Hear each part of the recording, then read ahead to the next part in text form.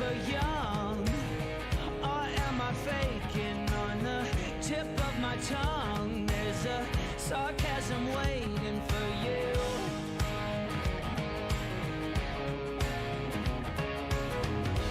I'm willing to trade my soul for a bit of your charm.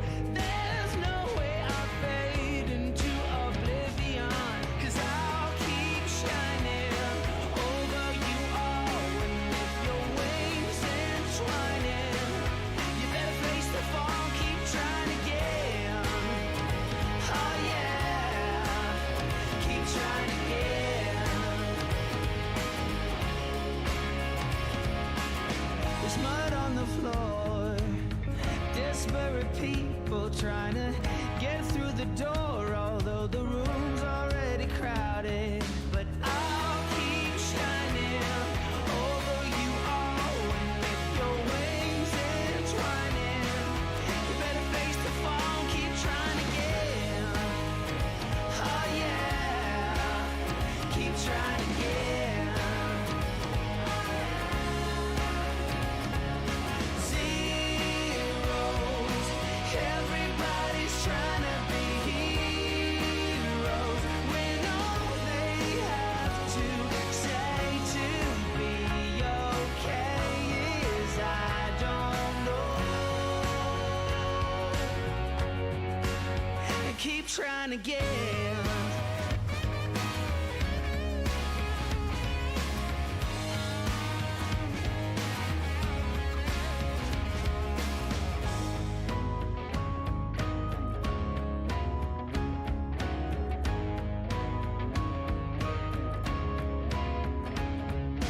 I'll keep shining over you all with your wings entwining.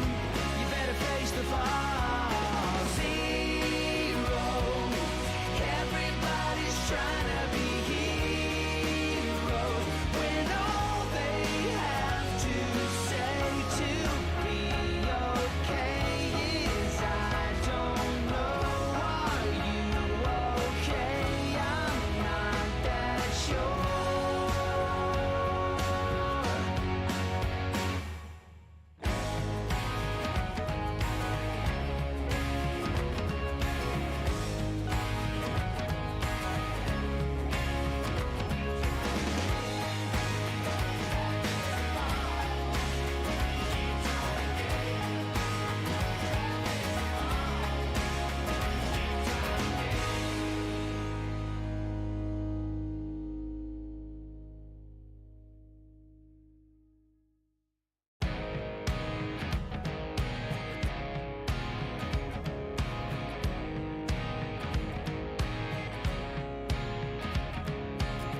Forever young, or am I faking? On the tip of my tongue, there's a sarcasm waiting for you.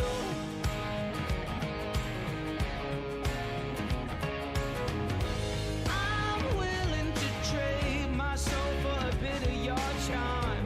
There's no way I fade into oblivion, 'cause I'll keep shining over you all. And if your wings entwining, you better face the fall, keep trying again. Oh yeah, keep trying again.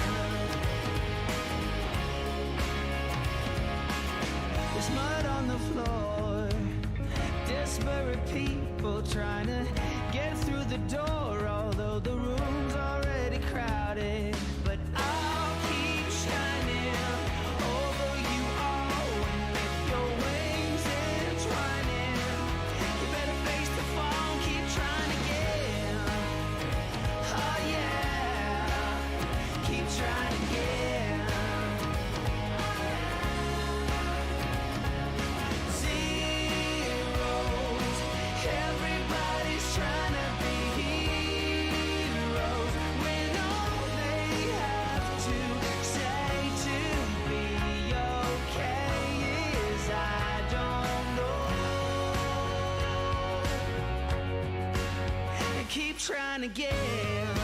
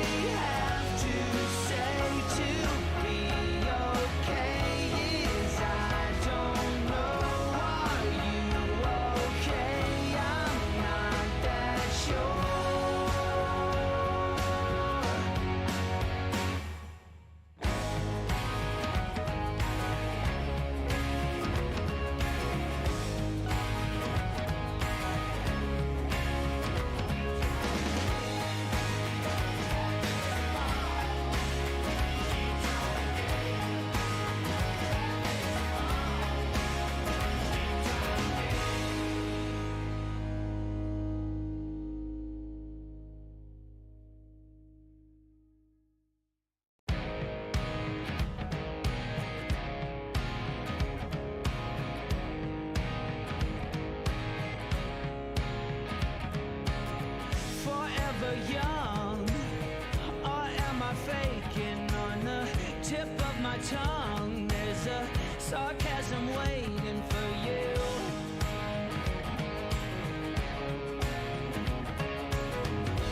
I'm willing to trade my soul for a bit of your charm. There's no way I fade into oblivion, 'cause I'll keep shining over you all. And if your wings entwining, you better face the fall, keep trying again. Oh yeah, keep trying again. There's mud on.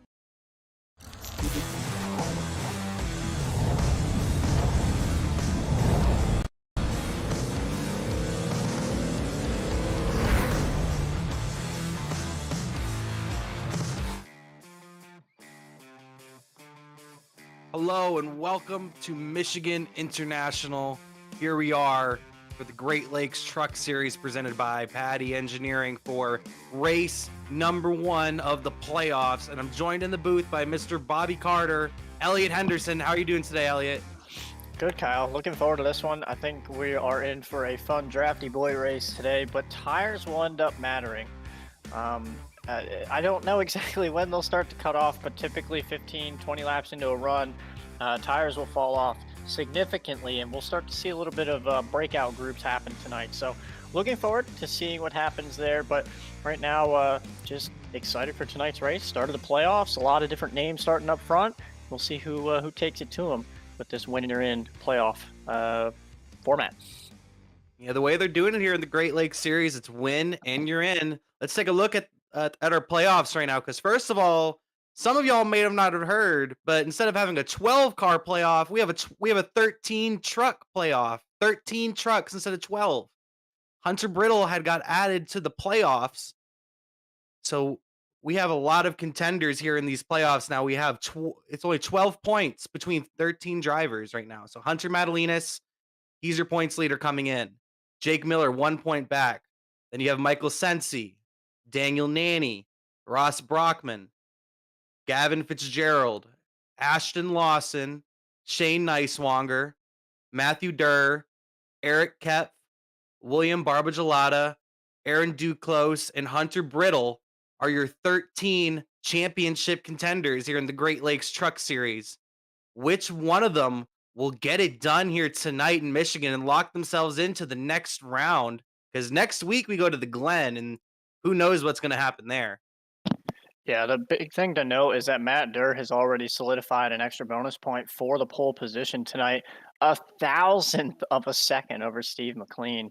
So good news for him that immediately he came in here 9th in the points. That immediately ties him for 8th and puts him in a spot where he can start to make up ground on the guys in front of him. But bonus points are going to be a big deal. 0 incidents equals 3 points here tonight. So trying to manage that can ultimately get you to the next round. Despite maybe having finishes that you're not exactly proud of. But yeah, it'll be interesting to see what these guys do. McLean, obviously the first guy on the outside of the playoffs, but he's starting up here in second. You've got a bunch of guys up here that aren't in the playoffs, starting in the top 5 or 6 or so. So going to be interesting to see who's aggressive on the start, and if Matt Durr can hold all these guys off and try to lead as many laps right at the beginning.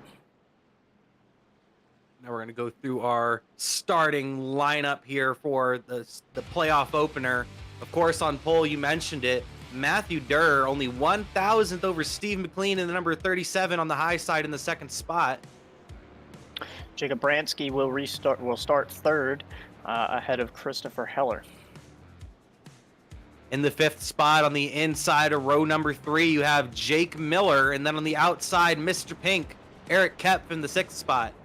Brandon Barkuski is the next guy, going to line up 7th with Shane Neiswanger, another playoff contender, in 8th. In the next row, row number 5, in the 9th spot on the inside, you have Matt Daniels. Then on the outside, in the 10th spot, you have Justin Mons. 2 names we haven't talked about, I believe, all season, making some returns here. Nathan Nixon lining up in 11th, and Justin Benda making his Great Lakes Truck Series return. He's been here since day 1, lining up 12th. In row number 7 on the inside, in the 13th spot, it's the number 16 of Jacob Manning. And then playoff contender on the outside in the 14th spot, in the number 14, Gavin Fitzgerald.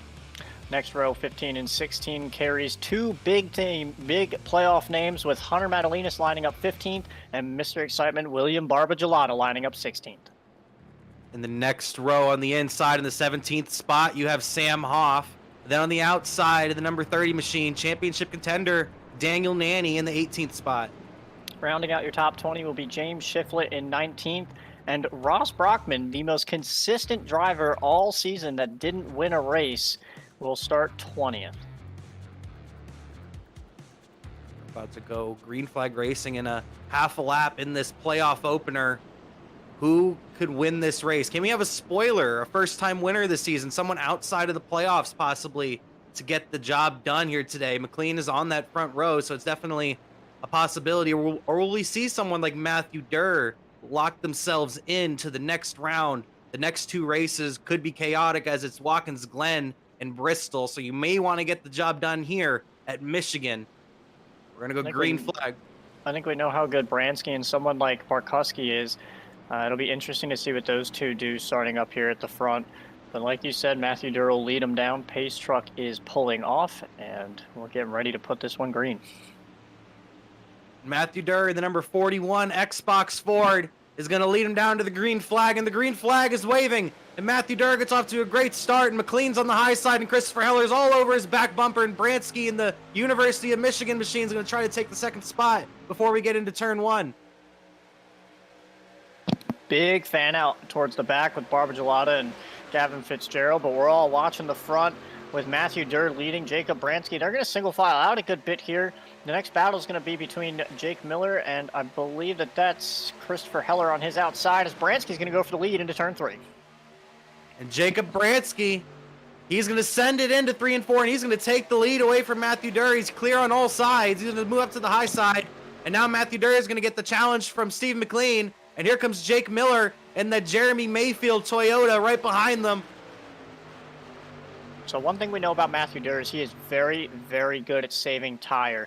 Bransky, however, has learned a lot, running a lot of ARCA car races, doing the same thing. McLean is incredibly sideways. He saves it. What a save by McLean. Oh, there goes Miller. Jake Miller spins to the inside.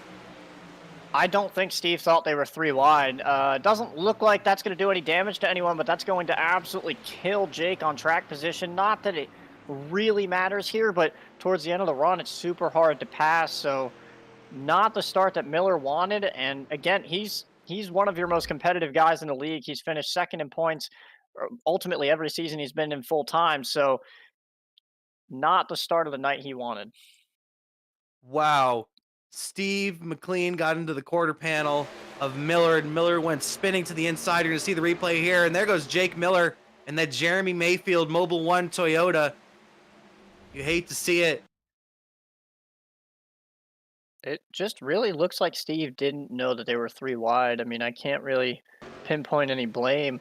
It was Steve that initially got loose, and then I guess he thought that Jake was going to go out to the wall, and he didn't. There may have been some net code in there as well, because those trucks got very close together, but I don't know that there was major enough contact, and Jake's truck kind of snapped on him pretty aggressively. So something interesting there, but nevertheless, some immediate action with Bransky taking the lead from Durr, and a lot of stuff going on. It's stuff that we're going to expect to see all night with how these trucks draft off each other.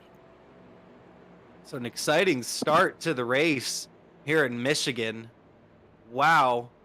And now we're going to see if these drivers can calm it down a little bit. Some heavy racing there in the first 2 laps. And we're going to go green flag racing here in a few laps. No one made any pit stops, of course. No wear on these tires quite yet. Oh, and here comes some drivers actually near the back, actually, right when I say that. Jake Miller, Ross Brockman, and Aaron Duclos all come down pit road.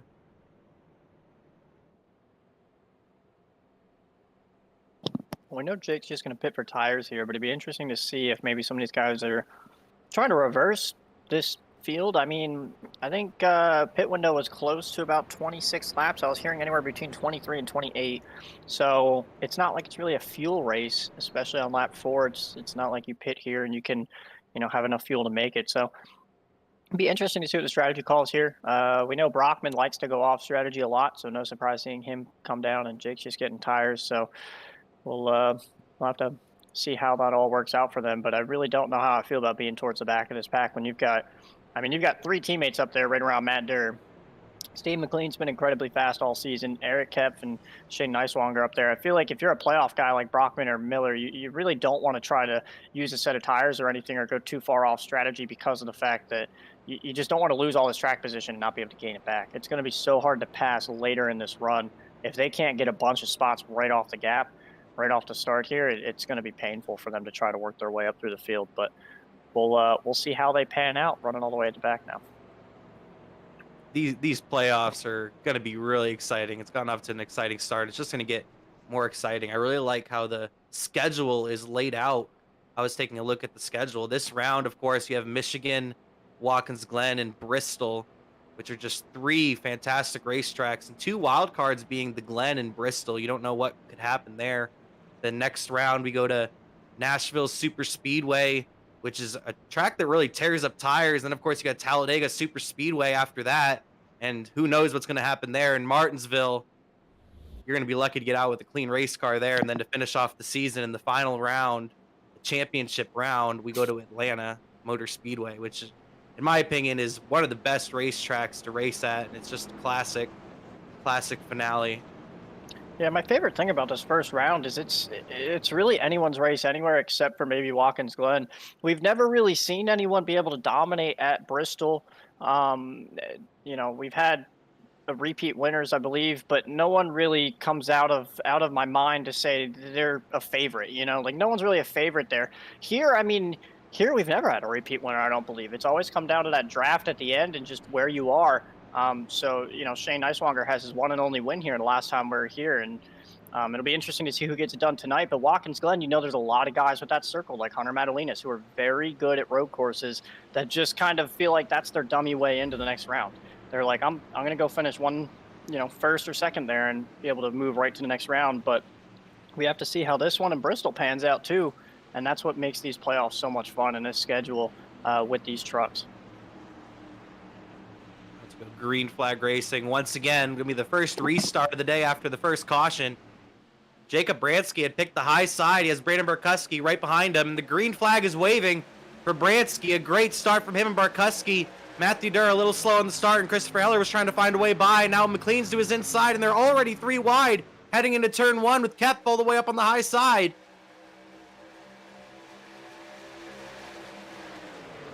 I feel like Steve knows how much this clean air matters, and that's why he's been so aggressive on both restarts. He was also the only one to go all the way down to the bottom last time, so he knows when and how that truck's going to get loose, and he's able to really battle it this time and clear both Heller and Matthew Durr there and move himself back up into third. But you've still got Bransky being chased by Barkuski. Barkuski has been fast here every time we've come here. I don't believe he's gotten the win yet, but he has been one of the faster trucks every single time we've been here. So it'll be interesting to see the 42 and the 33 duke this out, because Bransky's also an incredible talent as well. So we'll have to see, is Christopher Heller making the move on Steve McLean. Eric Kepf right there. Matt Durr starting to slip back a little bit. Top 2 trying to separate. Heller's trying to take away that 3rd spot from McLean. He's on his inside. He can't quite complete the pass off of turns 1 and 2.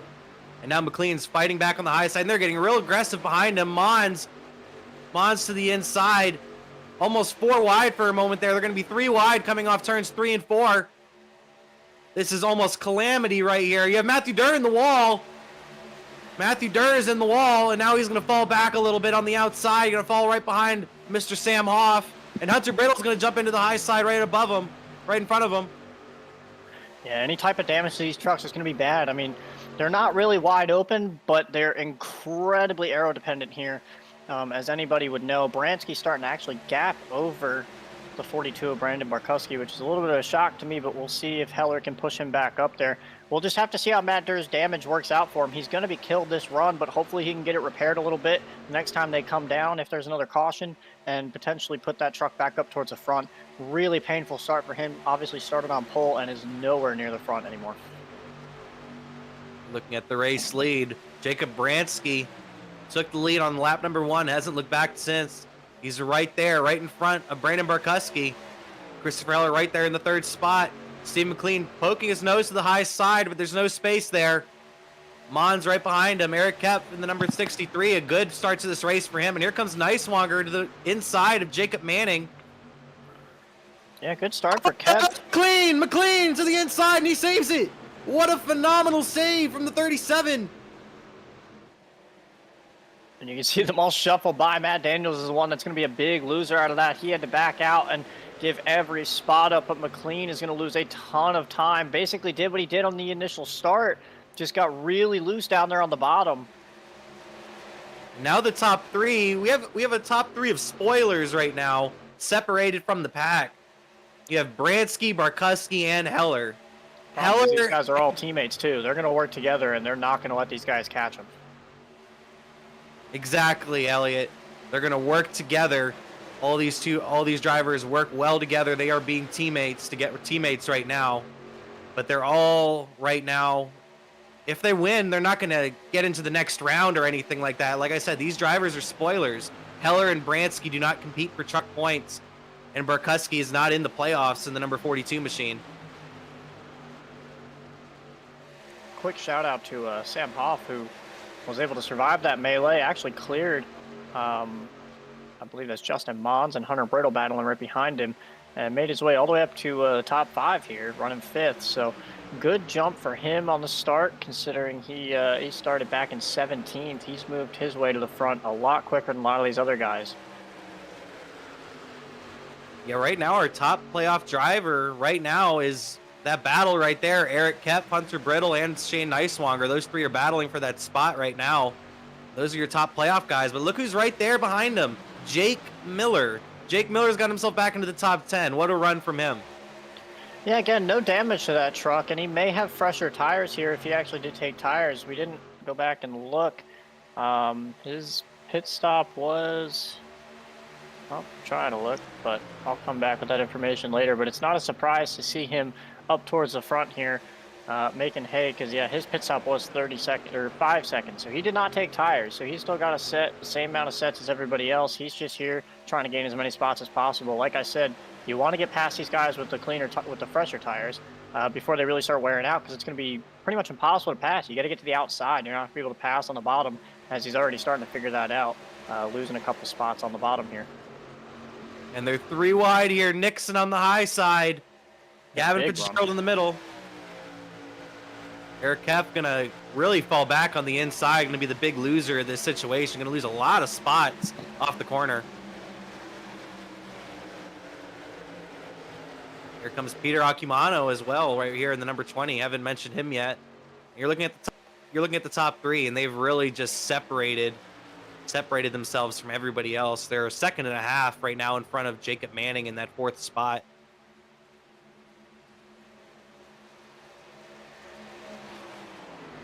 And it doesn't help that, you know, Sam and these guys are battling.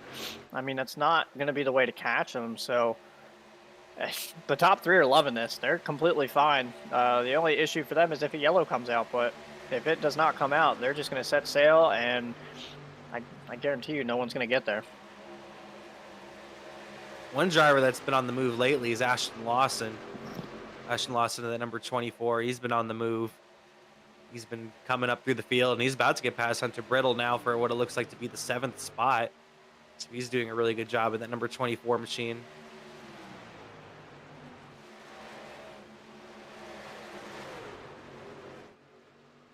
And there you see Lawson's still stuck on that inside of Brittle. Just can't quite clear him.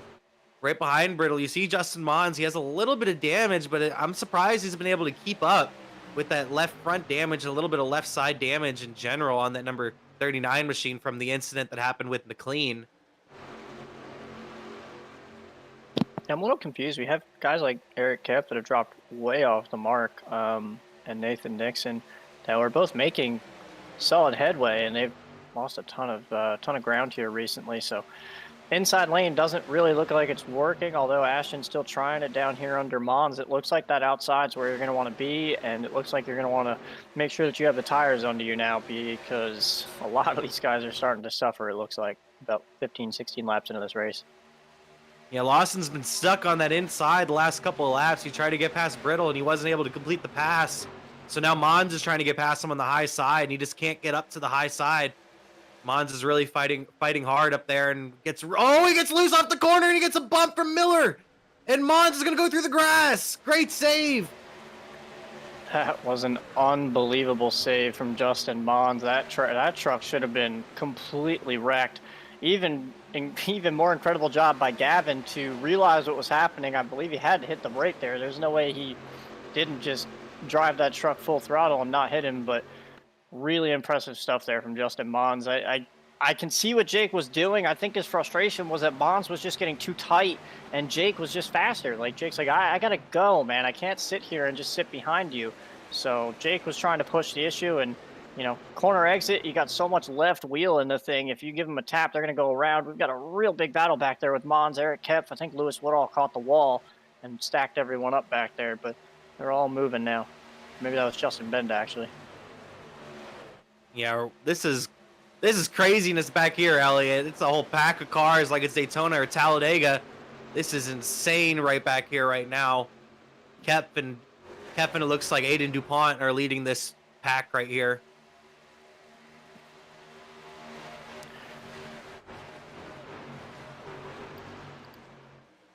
There you see Hunter Madalinas, Shane Neiswanger, and Steve McLean right there. They've been having a good run so far. Madalinas has made up some spots. Neiswanger has been hanging around the top 10. And McLean started off the run really strong, but he's fallen a little bit back since the beginning part of the run. Back to the 12th spot right now.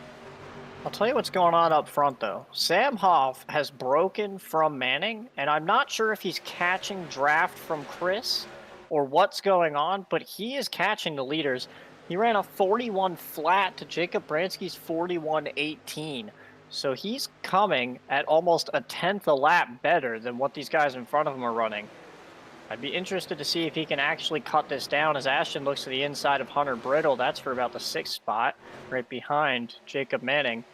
But Sam Hoff was at least catching him last lap. Looking at the timing this time, he's still coming. 41.080 to Bransky's 41.243. So here comes that 17 truck, just ever closer to the top 3. I'm not even sure if it's because he's getting the whiff of that draft. I've been keeping an eye on Sam Hoff for the last 6 or 7 laps, and he's been running very consistent lap times. He's been running 41 flats almost every lap. Around 6 or 7 laps ago, the leaders were a tenth or two quicker than he was, but now he's the one that's quicker, and he's driven away from Manning. But hey, caution's out, so it don't matter no more. Caution number 2 is on the Speedway. Looks like Matt Daniels had spun around to the inside in 3 and 4. I was hearing over the radio that maybe Justin Mons was involved in the incident as well.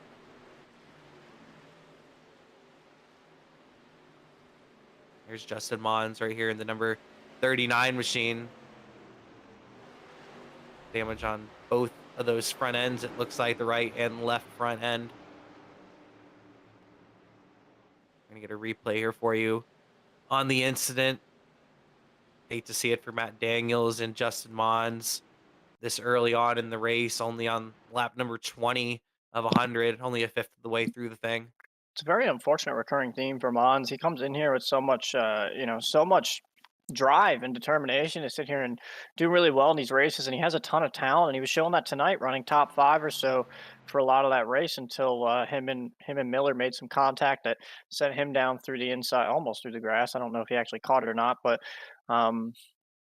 yeah, frustration probably for Mons to, basically get wrecked in another race. And Matt Daniels no different. Matt has been involved in a lot of stuff, not of his own doing. Just the Cup race last week, he, wheel malfunction, and he just turned hard left on the inside wall, killed his night. So really frustrating couple seasons for these guys. And hopefully they can get it turned around, and hopefully I didn't get too much damage from that as we see guys on pit road. Sorry for the technical issues there. We're getting drivers here on pit road now. Who's gonna come out first here? This is a very lengthy pit road here in Michigan. It looks like Ross is out first. Like you said, Elliot. Elliot, he's always on different strategies, Ross. And looks like that Bransky out next. It looks like Barkuski's out. Heller. Very close race off pit road for a lot of drivers right there. But Ross Brockman out first on a different strategy than everybody else. I think Michael Levine might be under that strategy as well. He came out right behind Sam Hoff here, so he either missed his stall or he is on the same strategy as Ross Brockman, saying, I don't really want tires just yet. I believe they were given 3 sets, maybe 5. I don't quite remember, but it shouldn't be too much of an issue to just take tires on each stop here. But we'll see. Brockman obviously decided against it. Brockman, in fact, did not hit his box. So Michael Levine also did not hit his box. I believe those two may have just missed their box, and them running the apron here is signifying that they are indeed hitting pit road again. So we'll re-rack with Bransky, Heller, Barkuski, Hoff. Same top 4. But I can't tell if Jacob Manning actually beat Hunter Brittle out. They're running next to each other. It looks like Manning did beat Brittle out. So move Jacob Manning to 5th. Oh, man. I was hoping on strategy there. I like different strategies, but it's a little early to really be trying something like that as well, so I do understand. I think they're lining up to go green flag racing. This is going to be an exciting restart. Restart number 2 of the race. Once again, Bransky is going to pick the high side. Christopher Heller is going to be on the inside, and right behind Bransky is going to be Sam Hoff, and then right behind Heller is going to be Brandon Barkuski in the 42. So this should be a pretty interesting restart here. I'm interested to watch Sam, that whole outside line, honestly, especially with Bransky picking it. Interesting to see Bransky basically ignore both his teammates here.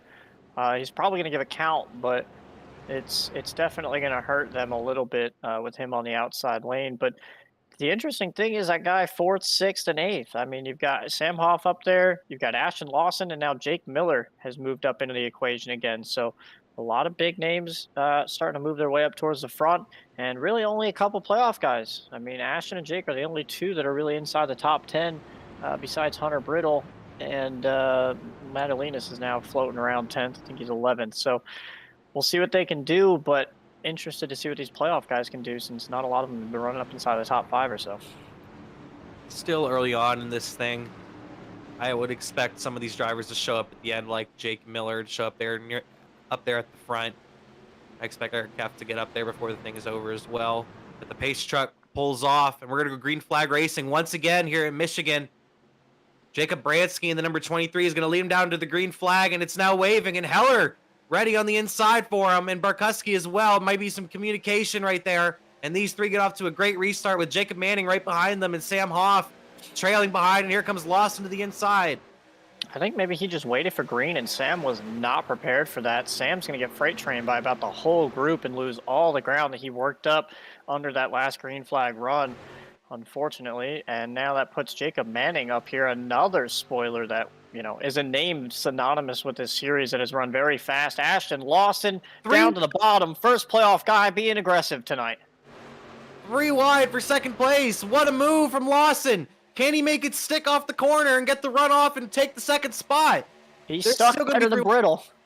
Brittle got very loose behind him. I don't know that he's going to be able to get a run through 1 and 2, though.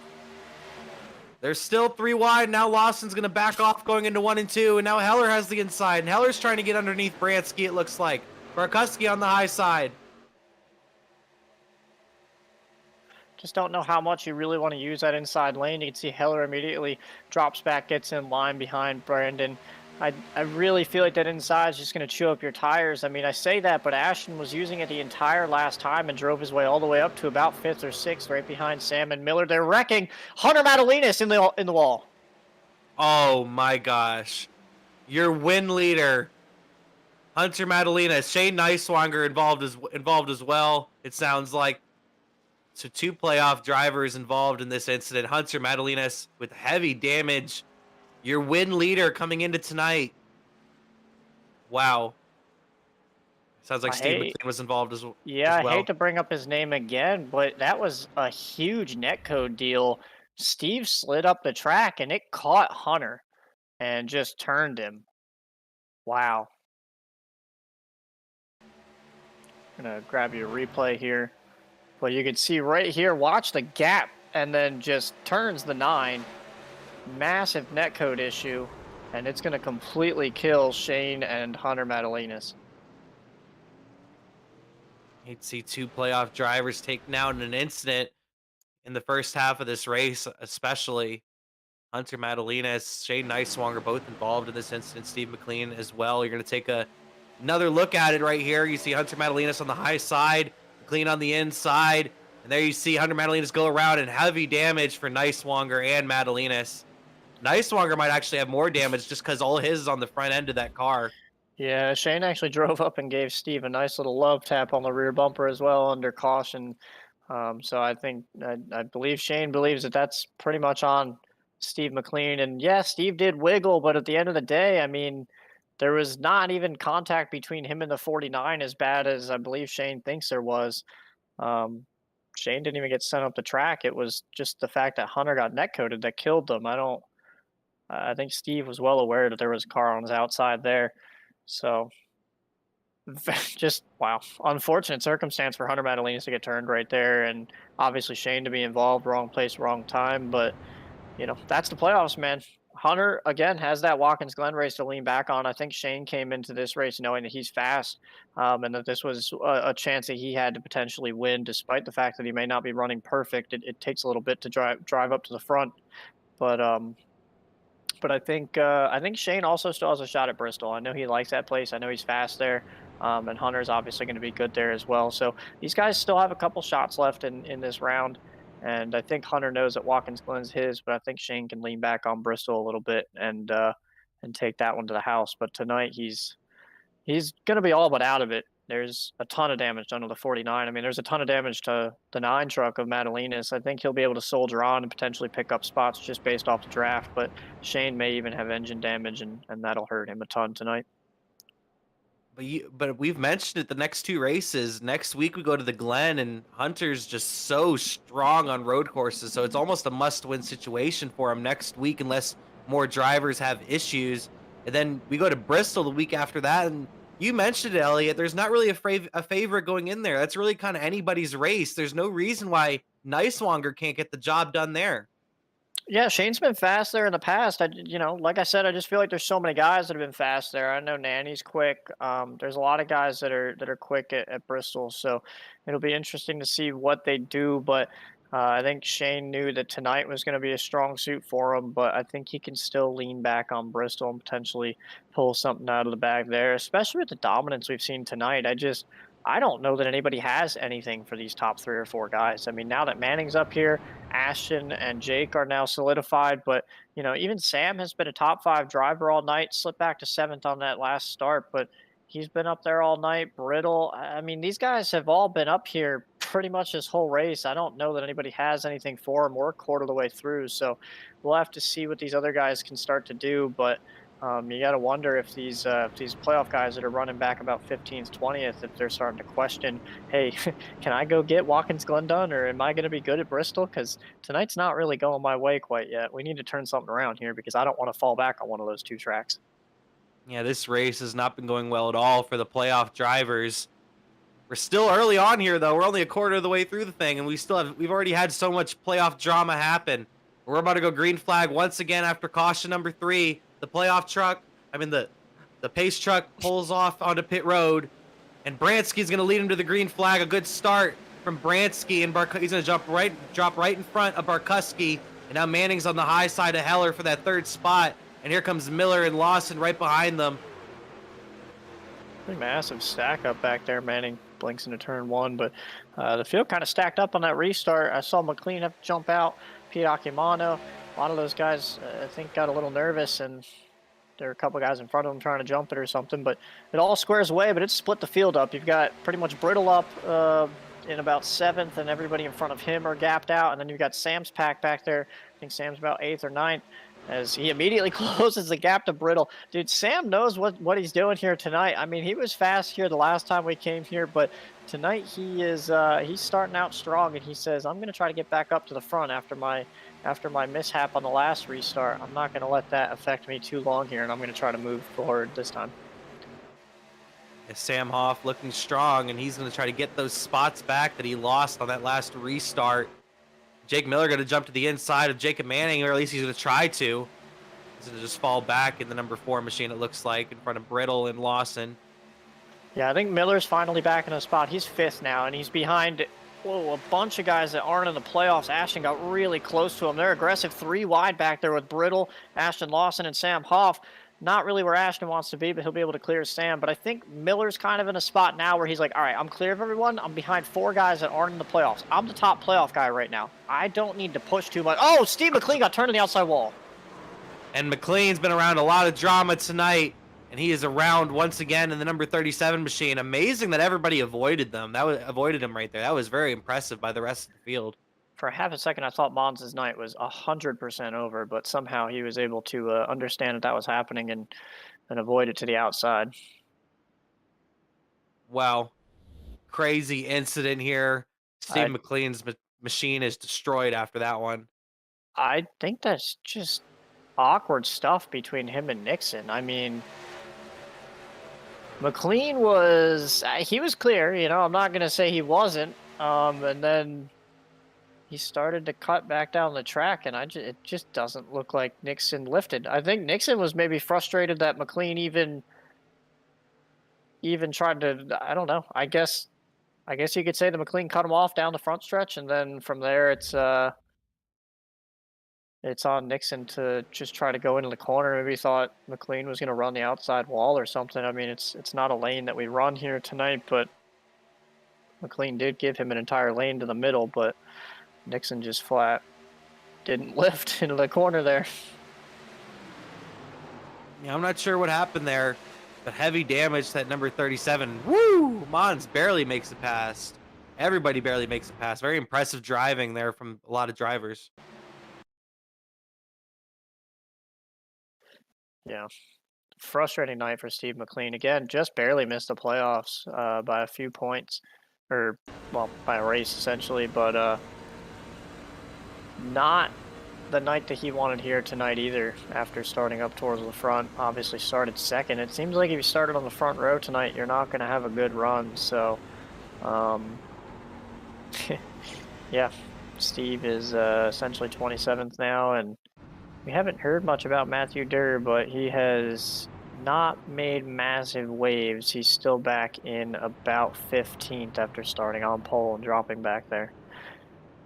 Another guy to mention, though, is Eric Kepf. I mean, he started up in the top 10, and he has drifted back to about that 14th, 15th place spot and has just kind of found a home there. He has not been able to move forward, but he hasn't really fallen too much further back. So I'm wondering if maybe he's just not a fan of what's going on up front. There has been some aggressive racing going on, but he's also been around it back in about that 15th to 20th place spot. So I just got to wonder if he's going to start to move up towards the front here, or if he's kind of just comfortable where he's at. We're not even halfway through this thing. So just interesting to see him running back there when we know that he's usually pretty quick on a lot of these larger tracks, especially through qualifying and stuff. So it'd be interesting to see if he starts to make his way up towards the front.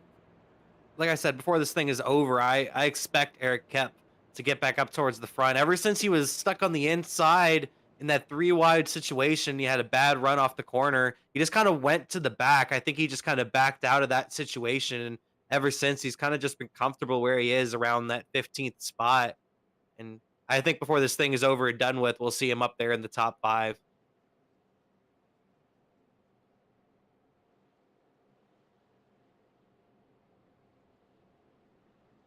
We're going to go green flag racing this next time by, it looks like. Yeah, the question becomes, what do these guys really try to do? We've seen that they're obviously going to be aggressive, but you know, obviously they don't have a ton of sets of tires, or else they'd be pitting every 10 or 15 laps here. So they're trying to conserve those tires and probably pit 25, 50, 75 or so. But these 3 up front have been up here all night between Bransky, Barkowski, and Heller. And then you've got Manning and Miller right there in the top 5. But we'll have to see exactly how these 3 play it again. They've played it every different way, but it looks like they're going to play it the same way where Brandon and Heller start at the bottom, Bransky starts up top, and Bransky will just get a jump and cut down. Jake Miller in the number 4 machine, he's been just slowly moving up through the field since the start of this thing. Running really well. Yeah, I'm impressed by Jake. I'm impressed by Ashton. I'm impressed by Hunter. I think, Jake obviously started up in the top, started up front, got turned by McLean after he got loose on the bottom. They were 3 wide. What was it, lap 1 or 2? Drove his way all the way back up here, sitting 5th. So he's obviously going to be, and he's going to be someone to contend with if he can get up in this top 3 and mix it up. But I'm really surprised by Ashton Lawson, who's driven up from 22nd to 6th, and Hunter Brittle, who's driven from 25th to 8th. So these guys both started way back there and have driven up here in less than I mean, they've been up here since about lap 25 or so. So it took them a little bit, but it'll be interesting to see if they can stay up here as pace truck's off, and we're going to get ready to go green here on lap 34 out of 100. We're going to green flag racing. Once again, the pace truck has came down pit road, and Bransky once again leads them down to the green flag, and those 4 get off to a great restart all together. Bransky, Barkuski, Heller, and Manning. Great restart from those 4, and Miller and Lawson not too far behind them. Yeah, it looks like Manning may be sharing a Discord with them. Heller's going to block Lawson. That'll give Jake the inside, and Jake might genuinely clear Heller here. I don't know if Heller's going to let him, but Jake is mighty close to it. He won't. He's going to go for Jacob Manning and try to go to 3rd. They're wrecking down the backstretch, though, or at least there's guys down on the apron. That's Gavin and Peter Akimano all the way down to the bottom of the track. We're going to stay glued on this battle for the lead for a little bit just because of the fact that that's a little bit more aggressive. Here comes Jake to the bottom. He's going to look underneath Brandon Barkuski. He's got a nose towards Brandon for Jacob Bransky. Sorry, there's so many B's. And Miller, with the help from Brittle, is going to be able to try to go to the bottom. But I just don't know he's going to have a draft to be able to clear him. With 4 trucks lined up outside, Miller's going to have to side draft really hard. Brandon and Bransky are going to be pretty aggressive on the outside trying to hold this spot. They know how much it means to have their 2 or 3 trucks up here in this lead draft together. They don't want Miller to come up here and mess with this. Miller is messing with it. He's on the inside, and Brittle going to do a great move. He's going to jump up to the high side and be the 3rd guy on the high side. Now he's going to jump back down low, and Manning's going to follow him. Manning jumps back up high now. A lot of games being played right here. Miller's still on the inside. He's trying to get to the inside of Bransky. Can he make the move? He's going to dive way down there. He's going to try to maybe clear him in this corner. He's going to try to slide job him. Not clear. He's not quite clear. He got Bransky nervous. And that might be enough to just keep him there going into 3. Brandon Barkuski's going to give Bransky a huge shove down the backstretch. It'll clear Bransky into the corner. Miller shoves Brandon off his line, basically says, I want this spot. If he can clear Brandon down the front stretch, he will. Jake Miller to 2nd finally. Brittle's going to be the one that's unfortunate there. Made a great move to get around Manning, then wanted to help Jake and ended up ruining himself for a second. We'll see if he can slot in line somewhere else, but you've got Heller and Ashton Lawson right behind him. Don't forget about Sam Hoff, and look who's up in the fray now. William Barbagelot as well has moved up here. William Barbagelot has slowly been moving through the field throughout the day. He's up to the 9th spot. We haven't mentioned his name at all, but Daniel Nanny is just outside of this pack. He's the one that fills out the top 10. He's been an incredible competitor. Your Season 1 Cup Series champion in the Great Lakes Series, running 10th right now, trying to track down this group. But this group is 9 trucks deep, and it is not just the 3 25-11 trucks anymore. And Miller wants the lead from Bransky. He is playing with them right now, pushing them down the straightaway and trying to look for that line that he can use to get around them.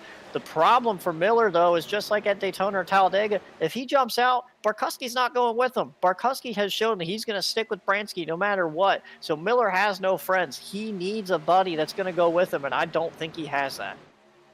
Yeah, Miller, I don't think has that right now, but I know he wants to get to the lead. He's been very vocal on the radio all race long. He might have the fastest truck here today, but he just can't quite get to the lead yet. Like you said, Elliot, he needs that help. He might need a push to get there or just have that great of a run. But he's all over Bransky's bumper on the front stretch right there. I think he may even gave him a little bit of a bump.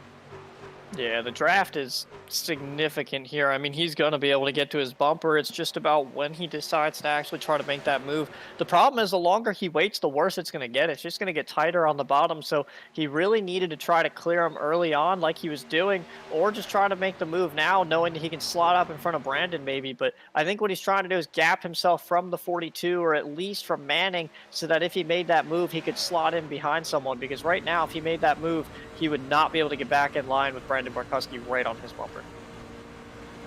Yeah, I think that's the idea here, is to separate him and Bransky from everyone else.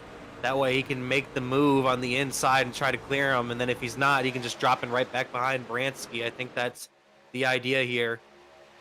Jake Miller right behind Bransky, pushing him down the back stretch here, and they have a decent gap to Barkowski, the biggest gap I've seen so far, around a car length and a half gap. Yeah, I think that's being helped by Brittle and those guys back there trying to battle. I also think Brandon's maybe trying to conserve a little bit, but Brittle will clear Heller here. That's pretty impressive with absolutely no help. Maybe these guys that have been up here use their stuff up a little early, and now they're starting to fall off.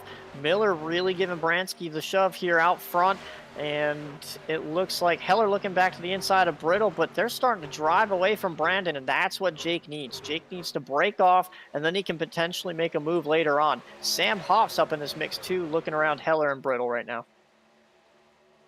And drivers keep on coming, entering this conversation. You have Daniel Nanny up here now, Aaron Duclos, Eric Kep, and Gavin Fitzgerald. They're all joining this group of cars right here up in the front. Well, it looks like that top three might be trying to separate themselves a little bit. Heller using a lot of side draft back there on Brittle. They make contact. Yep. I mean, that's what you get running the bottom trying to side draft down there, man. I mean, those guys on the outside may slide into you a little bit. So good save by Heller with Sam and Brittle right there. But Heller just trying to preserve what he had, but he's going to slip backwards. He's now learned the inside's not where you want to be. Eric Kepf is down there once again. I think he sees the stuff that happens with Heller and them, or maybe he's just trying to let Gavin go. But I think we're seeing, the old Eric Kepf of like, I'm going to play this a little bit more careful than I think I even should. So he's going to drop off right behind Gavin. Leaders are playing a big draft game. Brandon's back up here with Miller. Let's see what he can do with it. Big run down the front stretch. Yeah, I think that's what Kep's doing. He just sees what's going on in front of him. He's going to just back off and take it easy. Wants that truck for the end of this thing in case if these guys wreck. But they're battling pretty hard. Oh, and Heller's sideways, and there they go! Off the corner, Lawson, Nanny, and there goes Duclos! Oh, and Lawson's still spinning! That's what I'm talking about. And Eric Kep gonna make it right through it. That's exactly what I'm talking about. Heller thought he was clear, and he was not. I mean, he was, but well, I mean, that's an angle for sure. I don't know. That was Wow. Crazy incident right there. Some destroyed race cars. Here you see Heller's trying to get in front of Nanny. He's just not quite clear, and Nanny and Lawson both are trying to save the car and just wreck each other. Duclos gets involved as well. DuPont barely made it by. Same thing with Kep. He barely makes it. Look at Ross Brockman flying to the inside. That rowdy energy. Yeah, I think that was just a slight mistake on Heller's part. I mean, if he wanted to clear him, he needed to come up a lot quicker, but he didn't really have the room with Barb in front of him. It was just a huge miscalculation, and I don't think Nanny expected Heller to do that. I think Nanny expected him to cut him a break, but, Heller's here to race as much as anyone else, and the more he sits on the bottom, the more spots he ends up losing. So frustrating for both Nanny and Ashton Lawson and Duclos, all those playoff guys caught up in that. But Heller, fortunately, with a clean truck out of it, but frustrating for Daniel Nanny. A lot of playoff guys have just been involved in incidents here today. That's just 2 more to add to the list right there. Actually, 3 more. Duclos as well. 3 more to add to the list of drivers that just can't catch a break. These playoff guys today, Elliot. Yeah. Speaking of catching a break, I don't really know what kind of break it is, but Nathan Nixon and Eric Kep has stayed out here. I don't know what they're gaining, but they are in fact staying on track. Jake Miller has won the race off of pit road, has beaten Jacob Bransky. Absolutely phenomenal for him. Um, but it looks like everybody else is pit except Eric Kepf and Nathan Nixon. So interesting. I think Kep stayed out to possibly get that point to lead the lap because most of these playoff guys have been involved in incidents. There's not very many playoff guys at this point that don't have damage. So he's going to try to max out his points, at least compared to the other drivers. I'm hearing maybe Eric might just be playing a strategy. Again, he hasn't had the truck to go out and win this race. And with the draft, he should be able to just hang in with these guys at the beginning of the run, despite the fact that he's on 24-lap old tires. I get nervous about playing it this close to the middle of the race. But if we keep having cautions and it falls the right way, he could come out of here with an extra set of tires, and I'm sure that's what he's aiming for. But I just wonder if you're actually going to get that yellow at this point with what's going on and the fact that, you're on basically a full set of tires halfway through the race. It's an interesting call. We'll have to see how it works out. Mr. Pink taking a risk. That's not like him. Are we sure? Are we sure that that's him in the car? No, we're not very confident in that either. He's going to be restarting on the front row here on the outside. Nathan Nixon has picked the bottom. Jake Miller is going to be right behind him in that third spot, and Jacob Bransky is going to restart in fourth now on the outside in that University of Michigan Ford. A lot of these drivers are able to maintain their spots, though. Like, if you ignore that front row, you still have Manning up there, and Barkuski, Brittle, Sam Hoff, all the way up here in the front. Got to imagine Miller's going to be the most aggressive guy here. Sorry. Easily going to be 3 wide into turn 1. I mean, Nixon and Kepf probably don't even have the tires to get up to speed as quickly as Jake does. So I expect there to be a little bit of a free fall for the 33 and the 63 and a large amount of maneuvering for these guys back behind them. There's no reason why it can't be 4 wide. You have Jacob Bransky right there in the 4th spot. There's no reason. I agree. So this should be entertaining. So everybody grab your popcorn and watch this restart here. Nathan Nixon, like I said, is going to restart with the lead. The pace truck's going to pull off, and Nixon's going to lead him down to the green flag in the number 33 machine. Here they come into the restart zone, and the green flag is back out for Nixon. Nixon with a good restart. Kep was not ready on the outside, and here comes Miller. Can he get past Nixon here in 1 and 2? He's going to try to go to the inside. Yeah, he should be able to make this move nice and easy. Bransky will follow him through. Eric going to run way out wide, realize, hey, I'm on old tires. I'm not going to sit here and distract anyone. And then here comes Jacob Manning. Sam Hoff to the bottom, got really loose, but he's still got the run. Jacob's going to clear him down the backstretch and look to the inside of Nathan Nixon. Oh, here comes Bransky's going to get in front of Miller. A great move from Bransky. He's going to clear him off the corner and take the lead back. And now Barkuski's in the Brittle. Hoff, Brittle, another playoff driver's around. Brittle keeps it out of the inside wall. Great job from the number 10. Wow. Well, Eric Kepf gets, I guess, won that set of tires, but that's interesting. Sam just got really loose down on the bottom. There were still 3 with Nixon on the outside, and Brittle, wrong place, wrong time. They doored each other going into turn 1, and right here, Sam's just chasing it all the way up the track. Nowhere to really go for Brittle or anything to do. And then, luckily, I don't know if Brittle was aiming back for him or if he was just trying to straighten it out, but he had a lot of throttle in that, or a lot of speed in that car or that truck going towards the inside wall. Luckily, he did not do anything negative towards it because I don't think he's damaged here. I mean, there's a light tap. He wasn't aiming for me. He was just sliding, but good job for both of them to minimize damage from that. But again, similar to what happened with Jake early in the race, I mean, frustrating to lose all that ground after working so hard to gain it throughout the race. Yeah, great job from Brittle just to keep it out of the inside wall. Very impressive from him. So he doesn't have any damage, it looks like, in the number 10 machine, but he is coming on pit road now. It looks like to maybe get tires. But while we have the moment here, we're gonna send it to a quick word from our sponsors. We'll be back in a moment. Welcome, race fans. This is Paul Page, the voice of IndyCars. And today we're excited to present another IndyCar event brought to you by the Dark Horse IndyCar Series. From the Unzers to Mears, Foyt, and Andretti, now it's Corley, Peterson, Davies, Gardner, and Teague. You can expect high speeds, incredible wheel-to-wheel action, and intense drama that you could only get in an IndyCar.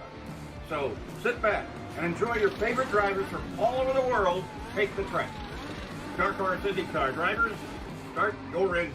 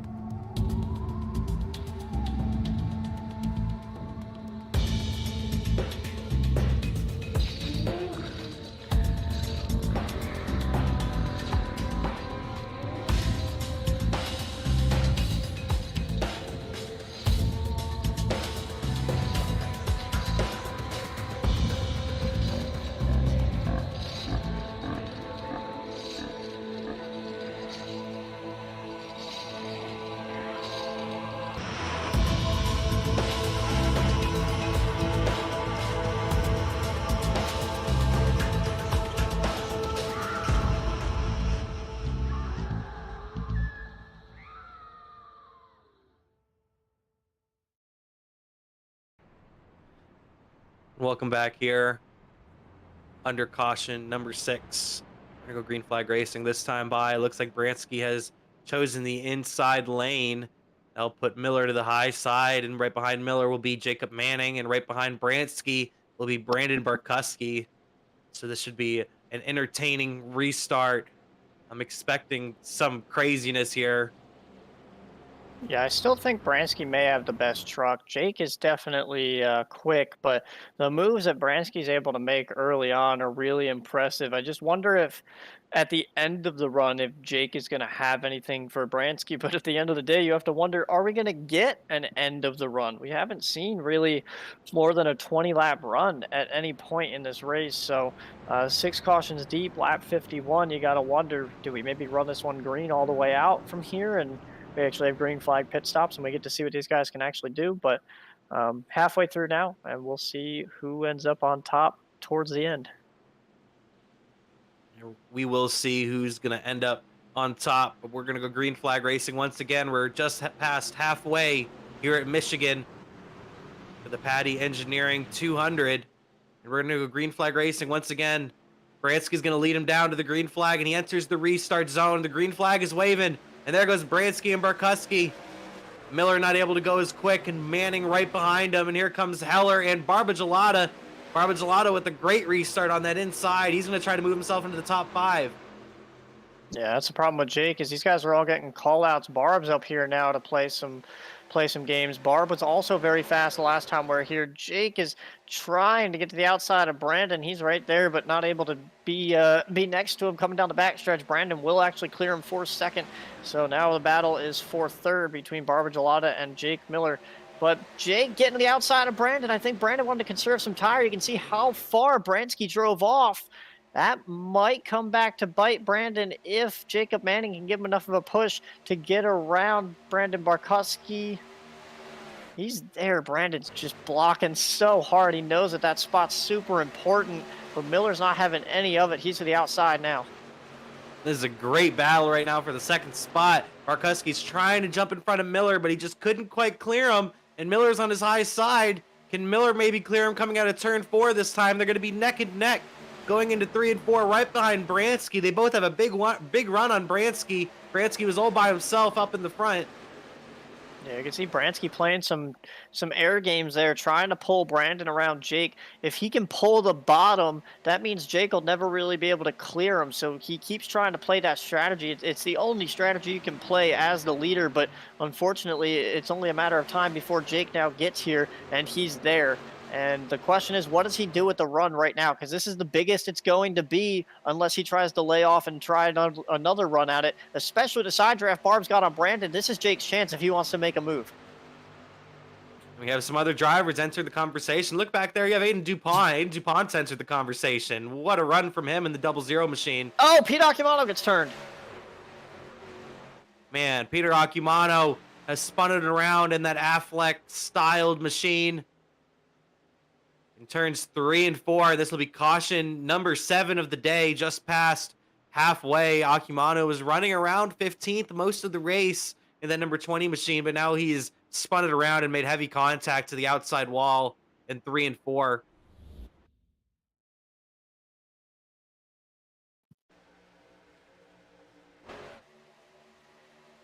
We're going to try to get you a replay on that incident here. It looks like here you see Akimano. It looks like he blinks out for a long time, and here he comes back right here, and he's up on the high side, and there's three wide right there. It looks like him and Lawson just make a little bit of contact. And Akimano just goes up into the outside wall, and pretty heavy damage, that number 20 machine. Yeah, Pete entered pretty wide there and kind of arced it, and I mean, Ashton just got such a run through the middle that I don't know where Pete expected Ashton to go. Ashton was, he was in the bottom lane. I mean, he was as low as he could be for the guy in the middle. I think Pete was maybe arcing a little bit too much and didn't anticipate the run. If Pete wasn't the first car in line there, he would have been okay. But, as the lead car, you got to know that those guys behind you are going to get massive runs right down at the end of the straightaway there. And if they cut the corner like that, he's not really going to go too far. And Ashton's going to be able to drive right up under him like he did. And I don't know that Pete really came down a ton, but it was definitely enough for them to collect each other there. Yeah, just another incident right here at Michigan. That's, like I said, that's caution number 7, just past halfway. If you're just tuning in, a lot of our playoff drivers have been involved in incidents here in our playoff opener here in the Great Lakes Truck Series. A lot of playoff drivers have been involved in incidents. You had Shane Neiswanger involved in an incident. You had Daniel Nanny involved in one. You had a lot. Madalinas had a good amount of damage. Duclos got wrecked. Lawson got wrecked. A lot of drivers have been involved in incidents today that are playoff contenders. And right now you have a driver leading the field who's not even a Great Lakes Truck Series regular, Jacob Bransky. He's putting on a show, playing spoiler right now in the race lead with Jake Miller right behind him, who's trying to win and get himself into the next round.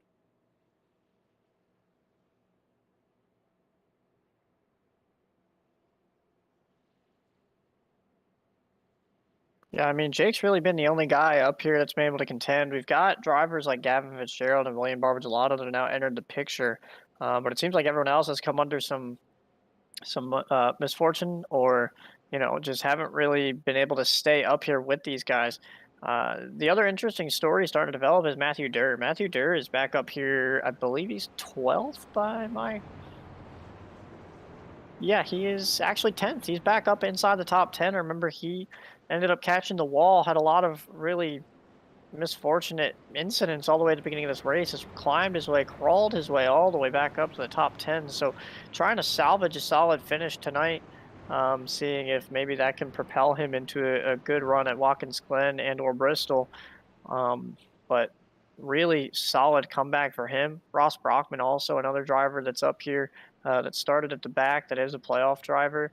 And then you mentioned Aiden DuPont, a really solid run for him, coming back from 27th all the way up to the top 10. But going to wait and see what Matt Durr does from here. Back up to the top 10, does he stay aggressive and try to keep moving forward, or does he kind of pick and choose his battles and wait a second?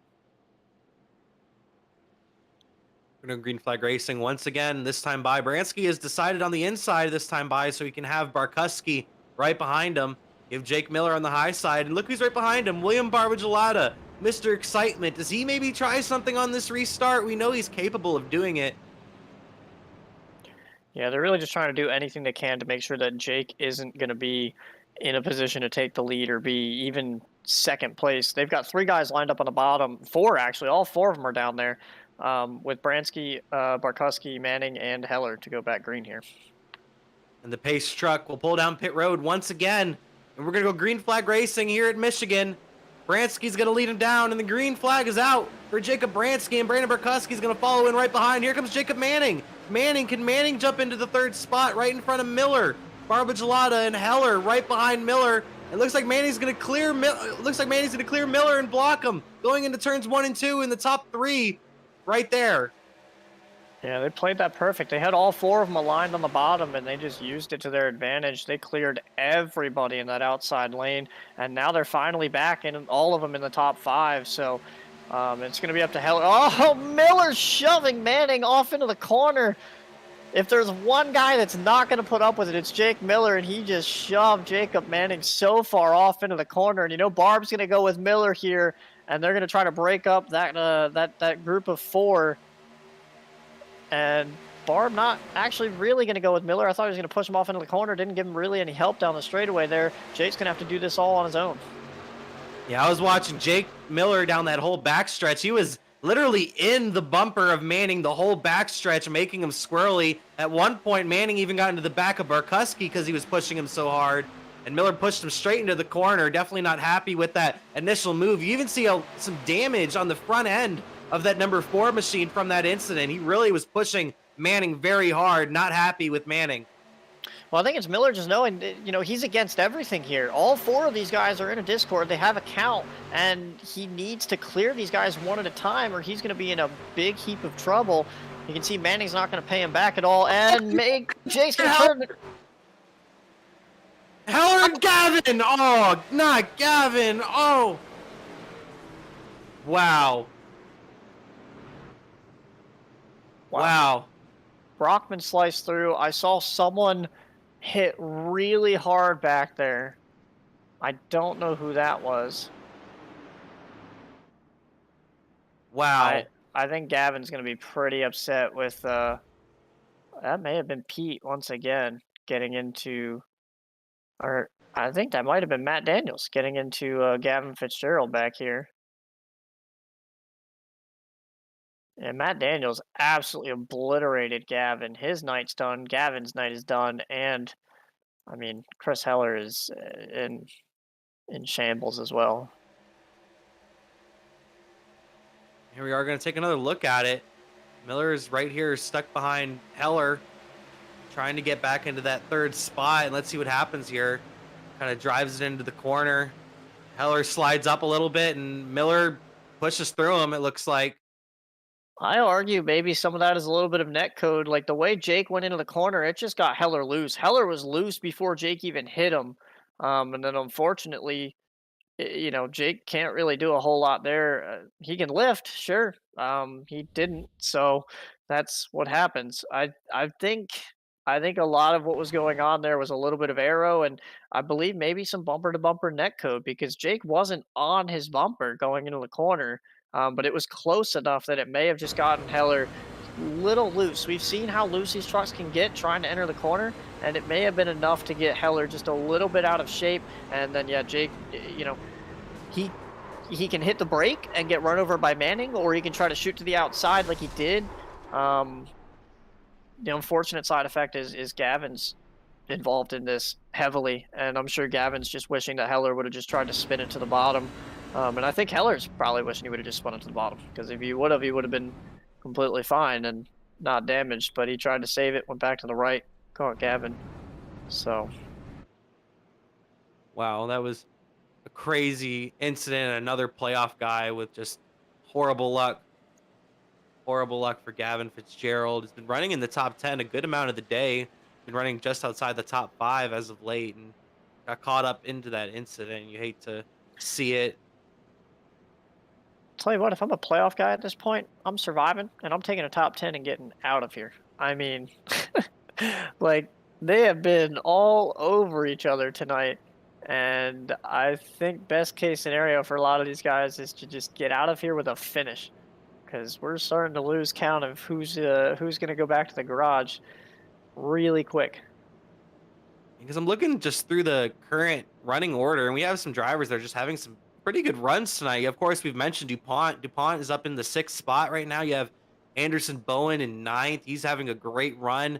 Nixon's in 12th. You have Michael Levine in the 16th spot. James Shiflett in the 17th spot. Like, you have some drivers here that are making some really good runs.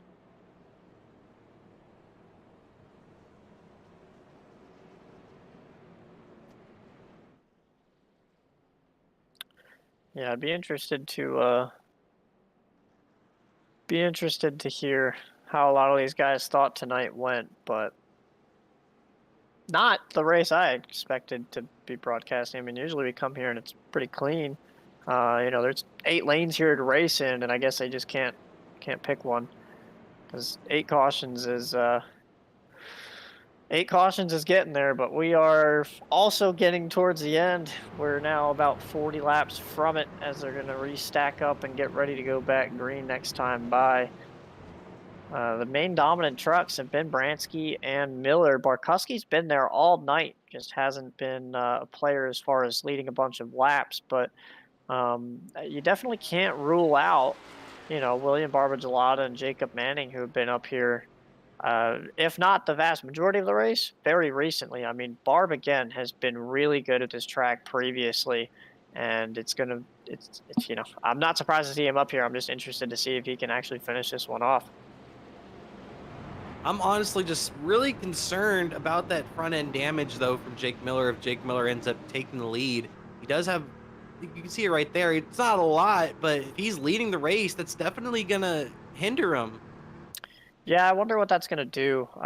So far, it doesn't seem to be slowing him down. He's able to push these guys down straightaways and stuff. But yeah, once he's in the lead, it'll be interesting to see if that hurts him. You can see these guys laying back for the start. Pace truck is in. Pace truck pulls down. And Bransky's going to lead him to the green flag once again on the high side. William Barbagelot behind him this time, and Barkowski right there in the second spot. And they're going to immediately line up right here. And now Miller and Barbagelot are going to battle it out for that third spot, it looks like. Miller's right on Barkowski's bumper going into turn 1. He's going to jump right in front of Barbagelot off the corner. A good move from Miller, able to get himself in line. Barbagelot in that 4th spot. Jacob Manning in 5th, and look who's entered the conversation in 6th. Here comes Matthew Durr, your pole sitter. He's going to jump to the inside of Jacob Manning. I was going to say, we thought he was out of this. Him and Hunter Brittle have just worked their way all the way up here. It's impressive to see. Durr is going to realize how loose that bottom lane is, not really get too much ground on Manning there. May actually hurt himself and lose a couple spots out of that move, but really impressive to see him drive all the way back up here. Hope he can keep that momentum up and try to stick it up here, but I'm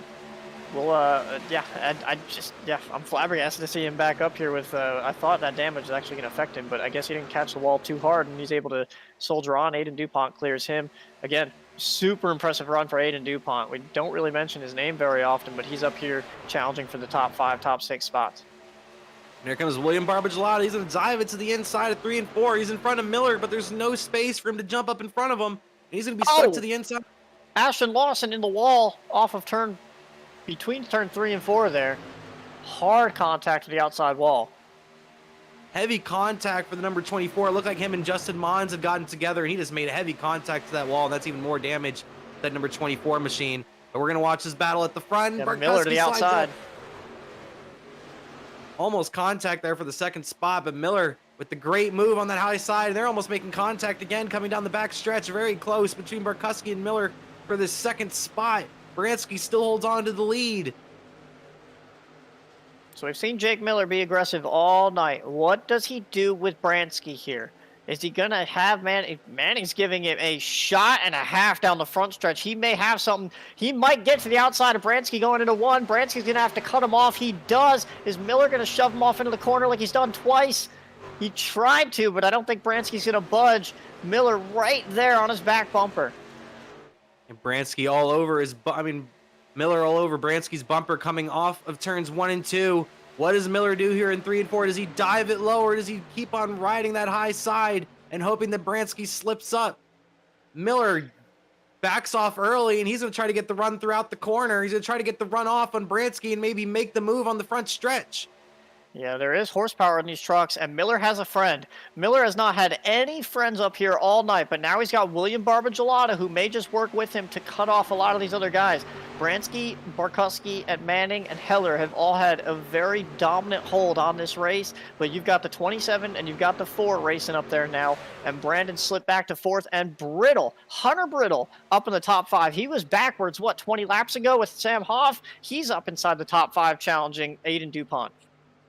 Hunter Brittle, no damage on that number 10 machine, really. So he's able to charge right back, and he's battling DuPont right now for that 5th spot. Can he clear him off the corner? And Miller's all over Bransky coming off the corner. Might have gotten his bumper, and now he's going to go to the inside. He has a huge run. That looks like that slowed down Bransky off the corner, and Miller might clear him. Going into 1 and 2, and we might have a new leader for the first time today.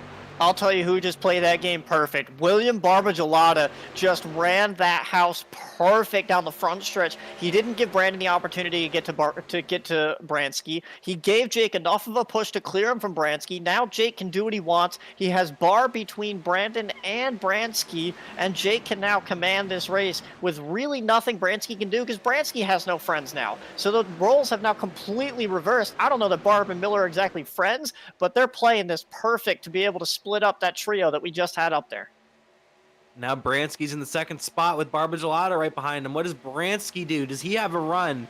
Right now it looks like that nose damage isn't really affecting Miller. He's able to run that lead pretty well. And here comes DuPont. Aiden DuPont, he's trying to move into the 3rd spot. A huge run from the 00 on the inside. You got to wonder how much he's eaten up those tires. We've been green for about as long as, a green flag run has happened this race. All these guys have single filed out. Aiden's the only one still trying the bottom. So I got to wonder if maybe those tires are starting to go away on Aiden DuPont's truck, and all these guys are just kind of waiting that out right now. I mean, DuPont is running really well in 3 and 4. He might be able to take this 3rd spot from Barbagelot. He's battling him hard. Yeah, I'm surprised no one else is going with him. That may have been Brandon's saving grace, was to try to go with Aiden and get around Barb here, because, I mean, Aiden is not slow by any means. He's making it work. Again, I think a lot of these guys are just thinking that he's using up his tires doing that. Here comes Brandon on the outside as Barb clears Aiden off the corner. Aiden has nowhere to jump up in front of no one to jump up in front of right now. He has Brittle right behind Barkuski. Jacob Manning's right back there. You have Matthew Durr. And it's craziness in that 2nd pack, by the way. These drivers are racing insane back there. 3 and 4 wide. Eric Kepf making moves that we don't normally see out of Eric Kepf. He's going to get loose on the bottom. I believe that's Brockman back there with him in the blue truck. And yeah, those guys are racing about as hard as we've seen guys race all night. These guys up at the front are not letting up either. You see William Barbagelot trying to get into that 2nd spot, maybe past Bransky. Look like he was peeking to his outside going into 1 and 2. And DuPont tried to get up in front of Brittle. Looked like I don't know if he got into Brittle or Barkuski. Looked like he made contact with somebody off the corner. Yeah, I think Aiden's tires are just gone. You can see it there. He entered the corner really hard. Brittle's still sticking out outside lane. He wants it back, but I think Aiden's just used his stuff up, and he's just trying to maintain the spot now, as Manning's going to get hurt by this probably the most, trying to go 3 wide down on the bottom. He's going to have to back out of it potentially. Well, he thought about it. Now he's going to get right in behind Aiden, and Brittle's going to go to the outside. Very close racing right there, and Manning's going to drop in behind DuPont and try to jump in front of Matthew Durr on the high side, and it looks like he will. Can DuPont get in front of Manning? He's going to try to squeeze his truck in between Brittle and Manning, and he will. So DuPont's able to get back up to the high side, and we'll see how he does up there. Miller still has the lead in the number 4 machine. It has around a 2 truck length gap right now between himself and Bransky, but Bransky's getting a big push from Barbagelot coming down the front stretch. Eric kept trying the off strategy, pitting on lap 73. I assume that means that he can make it from here. So he's going to try this off strategy move. I just think the problem with that is there's no draft. Like, he's not going to be able to maintain a lot of speed. There's a lot that happens with lap time just because of the draft that these guys are in here. So I think out of everybody, that's going to hurt him a lot. I mean, he's going to have the fresh tires, but he's going to lose a lot of spots due to everybody being able to draft off each other. Right now, these drivers are driving around a 1.5 seconds slower than their fastest lap. Right now, they're running around 41.1s.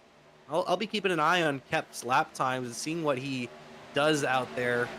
is, yeah, this is off sequence here. For If sure. he comes out right behind this group, which he's relatively close, if he comes out with the group that he was racing around and can latch onto this group that's leading, he might be okay. But Nathan Nixon has also hit pit road, by the way. But if he has no draft, he's going to be in a bit of a pickle. But it looks like he's going to be able to latch onto these guys back here with Hunter Madalena. So the problem is he's going to be so much faster that he's going to need to clear them and try to get up to this group in front of him pretty quickly. Yeah, you see Kep there at the 63. Whoa. Trying to put himself in a position where maybe he can win and get into the next round and not have to worry about Bristol and Watkins Glen. Barkowski all but turned Brittle in 3 and 4 there. I think Brittle just saw his life flash before his eyes. I mean, again, super stout run from Brittle, and Barkowski was just all over him in the middle of the corner trying to get that spot from him.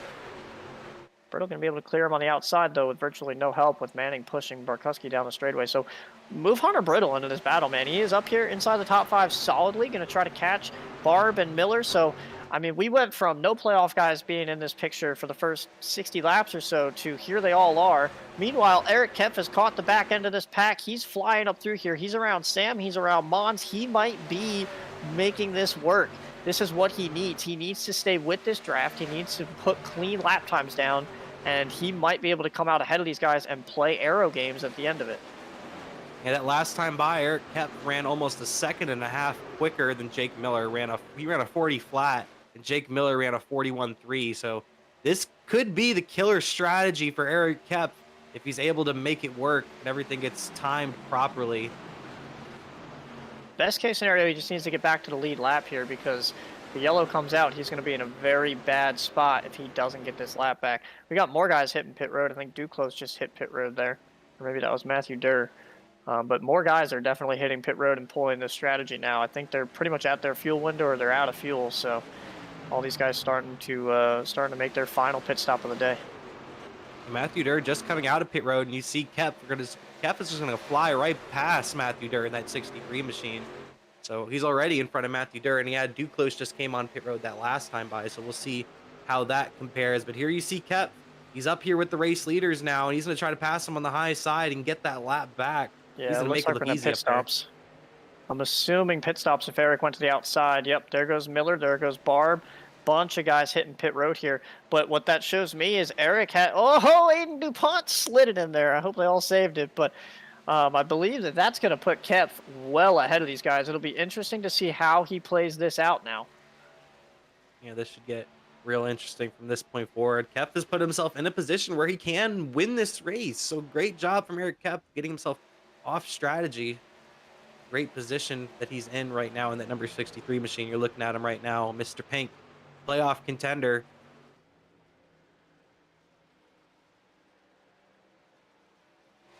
And Bransky, Manning, and others are now all pitting here. Interesting to note that Duclos actually came out right in front of Eric Kep. So Brandon sliding on the pit road. He's going to have to reverse.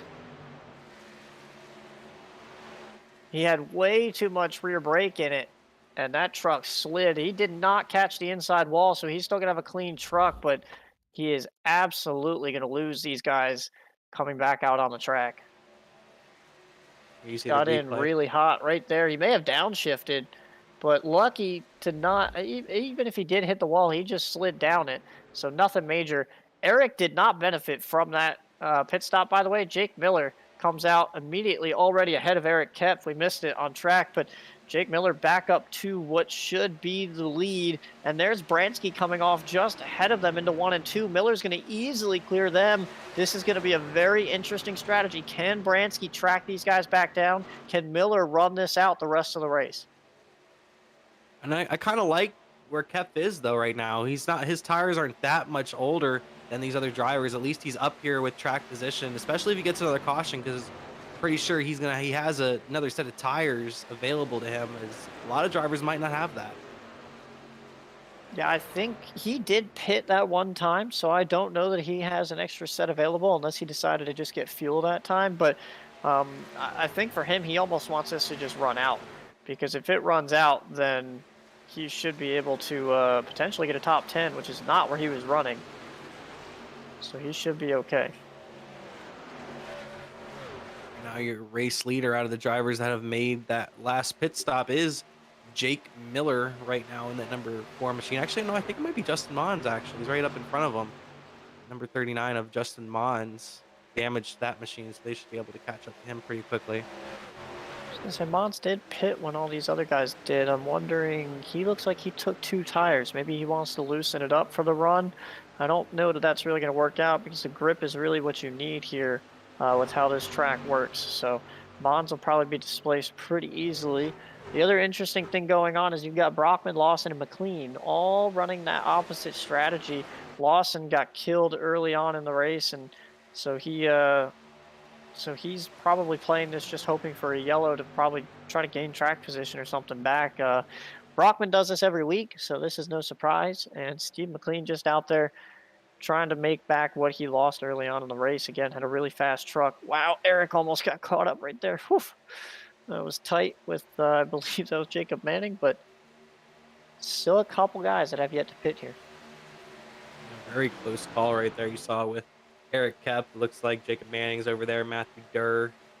Still a couple of drivers need to come on pit road, including your race leader, Ross Brockman, who's out there getting points for leading the lap. You know, he's out there getting some points, which is very important, especially with today, out of all the playoff drivers having as many troubles as they have had. He's leading the race. He's probably going to come on pit road here very soon, though, because he's not going to be able to make it the rest of the way. Got to battle for what will be the lead. Barbagelot underneath Jake Miller. These guys aren't done yet. You've still got Aaron Duclos right there too. We haven't spoken about Aaron, but he is usually quite fast at these big like, you know, 1.5, 2 mile tracks. So don't count him out. And Bransky has already closed that gap. Bransky's there right on the back of Duclos. Manning with him as they're going to try to work their way around Steve McLean, the damaged car on the outside lane down the backstretch. Miller not giving up that spot to Barb, though. They're going to be side by side going into turn 3. What does Bransky do when he gets here? Does he force this 3 wide? Does he try to work with one of them? Barbagelot looks like he's going to clear him off at the corner. Great move from William Barbagelot, and he's leading the field now out of the drivers that have made the pit stops. But Miller not giving up, gets up to the high side, and William Barbagelot is going to let him do it. Bransky's right behind him now on the inside, and here comes Manning as well.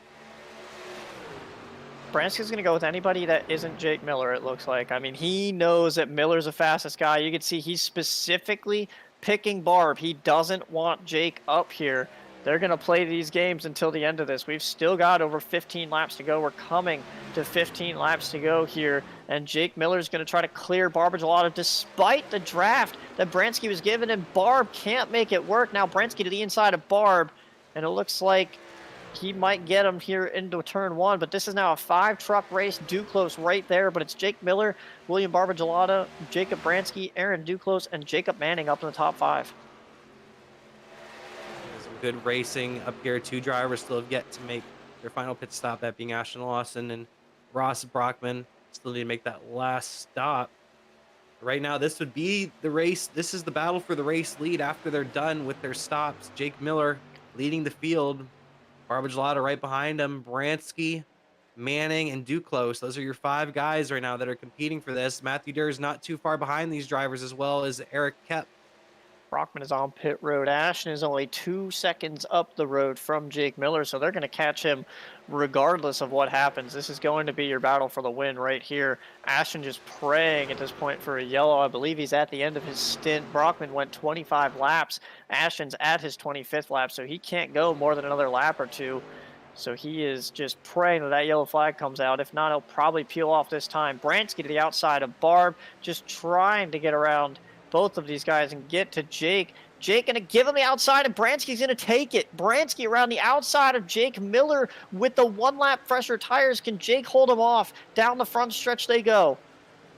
This is now the race lead. Lawson pulled down pit road. Jake Miller leads the field on the inside, but Bransky wants to take it. Bransky's up high. The number 23. Oh, almost contact. It looked like there was a little bit of contact even going into turns 1 and 2 between Miller and Bransky. These drivers are racing hard. Manning's right behind him, Barbagelot as well. And they're still neck and neck off the corner.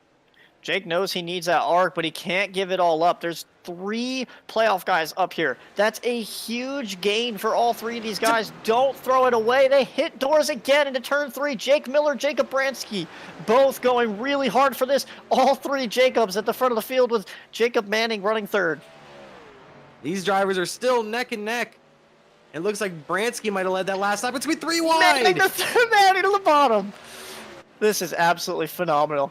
I thought Jacob Manning was just going to wait it out. He's going to go to the point, and he's not going to get there. Miller to the outside. There's still 3 wide off of turn 2. It's the Jacob 3-step right now. And Manning's going to fall back now, and now he's going to battle Barbagelot for the 3rd spot. 4 drivers battling this out. Duclos is falling back. Yeah, Duclos have 1 lap older tires than all these guys. Miller has a lap older than both Bransky and Manning. I don't know that that's going to make that much of a difference. Miller's going to get the draft off of Ashton Lawson here and stay even but Manning's giving Bransky a huge push. They're still side by side into turn 1. Now they're going to pass Lawson. It's 3 wide for a moment there. Miller and Bransky. Now they're going to pull up on Daniel Nanny. Nanny's going to move to the inside out of their way. Jacob Manning's right there in the 3rd spot. He's going to give a huge push to Bransky down the backstretch, and Bransky's going to clear Miller by a mile. What a push from Manning. Bransky has the race lead, and Miller and Manning almost made contact going into 3 and 4. Very close racing between these 3 drivers. And now Miller cuts up in front of Manning. Manning gets in the back of him almost. He backs off. Incredible move by Jake to be able to clear Manning there, but we'll have to see if Manning's really going to work with Miller. I mean, you know, Bransky and Manning have been working all night together. Why would Manning go and help Miller now? This is some good racing here. Only reason I could see Manning helping Miller here is that might give him a better position to maybe make it 3 wide again and get past all of them. But he's going to go to the inside of Miller, and he's going to try to dive it in there. He's going to try to get in front of Miller, maybe off turns 3 and 4, and pull the same move that Miller pulled last time on him. He's going to jump up to the high side and do exactly that. Great move from Jacob Manning. It moves back into the 2nd spot.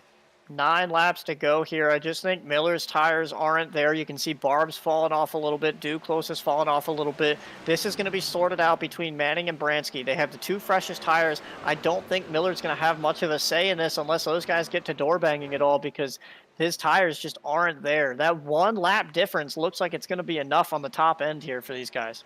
Now that I'm noticing it, I don't even know if that's the difference here with Miller. He made a couple of pretty heavy door bangs with Bransky and Manning. He has pretty heavy right front damage at this point after those couple of door bangs that he had. He was also running the bottom for a good majority of that little run. That could definitely kill the right front a good bit, and he's going to have to either, you know, he doesn't have time to back off and go back after him. These guys are just going to draft away from him, and if Barb doesn't work with him, which why would Barb do that? That's a playoff spot right in front of him. He needs that. He goes to the outside of Miller off of turn 2. Barb not going to play games. He wants this spot. Miller's going to block him off of 2, but Manning to the inside of Bransky, maybe. They're right near each other, but Manning didn't have enough of a run. I think Manning's trying to push Bransky as far away as possible from Miller, so it's just these 2 battling it out for the win. And whoever doesn't get it will get 2nd. I think Manning needs to make that move now. I think, and here it is. Maybe, nope, he's not going to. I think he needs to make that move now before these tires really even out. Because if he doesn't go now, they're just going to even out and they're not going to be able to really clear each other. He's going to need to get to the outside, and he might need some help. William Barbagelot just pushed Miller back up to this group, so I believe Barb's actually down to work with Jake and try to get this done. I think that's the only thing he can really do. If he wants to win this race, he needs to at least help Miller out enough to get back up to this front 2. And they're going to come back around to the line. It's going to be 6 laps to go, and we still have 4 drivers battling it out for this victory. Will we get another caution? Will all 4 of these drivers keep it straight? We've seen how aggressive these drivers have gotten with one another. Will we keep it straight until the end? 6 laps to go here in the Patti Engineering 200, here in the playoff opener, here in the Great Lakes Truck Series. Tell you what, I know Barb's not afraid to throw some bumpers to you, so I think Jake's got a really good pusher, but I just wonder how much these guys can do to get back up to Manning and Bransky. I think Manning and Bransky kind of have a stranglehold on this. I mean, Bransky's had a stranglehold all day, but I just don't know that these guys are going to be able to drive back around them at this point. Oh, Barb gets turned by Ashton. He saves it. Great save by Barb. Oh, wow. I heard That's going to send Duclos right up through there. And Duclos lucks into a 4th spot. So I heard on the radio a couple laps ago that Barbagelot was possibly asking Lawson to back off because he was trying to get underneath them. And then it looks like Lawson maybe have gotten into the back of Barbagelot, just overdriving the corner there in 3 and 4. Very unfortunate for William Barbagelot, another playoff driver with issues. Luckily, he was able to save it, and he's going to be in the 5th spot and try to get back to Duclos to at least get 4th. But now this really leaves Jake Miller in a horrible position because now he has no one to help him. Yeah, I just don't really know what you do here. If Manning doesn't make a move, I don't think Miller has... Oh, Miller's on the wall hard. That's going to be it. There's going to be a two-truck race for the end of this. For Miller, though, if he can just try to stay ahead of Duclos despite this damage because he has the pull, if he can just stay ahead of Duclos, he's the highest finishing playoff guy. I get why he's pushing, but he doesn't have to. He's the highest running playoff guy. Take your 3rd place finish and get out of here. Get your points and go, man. You know you're going to be fast in Watkins Glen. You know you're going to be all right at Bristol. Just get to Watkins Glen with that 3rd place finish and the best finish of all the playoff guys. And that might be the goal at this point for Jake Miller. Jake Miller riding in that 3rd spot, maybe hoping that Manning and Bransky try to battle it out. And I expect that for these two to battle it out here very soon. There's 3 laps to go. They might be working together, but at this point, they're really putting a good distance between themselves and Miller, especially with Miller getting into the wall. When does Manning make this move on Bransky? I don't know that he does. I mean, he's been sitting here this whole time. I think even with the damage that Jake has, he's still just keeping up with these guys. I just think that these two are a little bit worried about that 4-truck potentially playing spoiler if they get side by side. You got to remember, I mean, the side draft in these isn't as bad as with the Cup cars, but if these guys get side by side, Jake could be there in essentially a half a lap. So I think they're a little bit worrisome about that. And here we go. 2 to go. Manning makes the move to the bottom. He needs to make the move now. Jacob Manning dives to the inside. Can he maybe pull a slide job here in 1 and 2? Can he make the move? Slide up in front of Bransky. Gets to the inside. He's clear of him. He got him by a lot, but Bransky powering on the outside. Manning waited too long to move up high, and Bransky's going to be stuck on his outside now, and now Manning's going to have to retry it. He's going to be still on his inside. There. Still side drafting, but I think Manning needed to be really aggressive and just move up in front of him. I mean, at this point, it doesn't matter if you hit each other. You got to try to get this win. Here comes Miller. And Miller's just frothing at the mouth. He's hoping these guys hit doors or something, but, you know, these guys are teammates. They probably won't do it. White flags in the air. All bets are off at this point. They make contact. There is no yellow that's going to come out. Last lap here in the playoff opener. Who will play spoiler? Can Miller winning it in? Manning's on the inside of Bransky. They've been working together all race long, and Bransky's been just so dominant.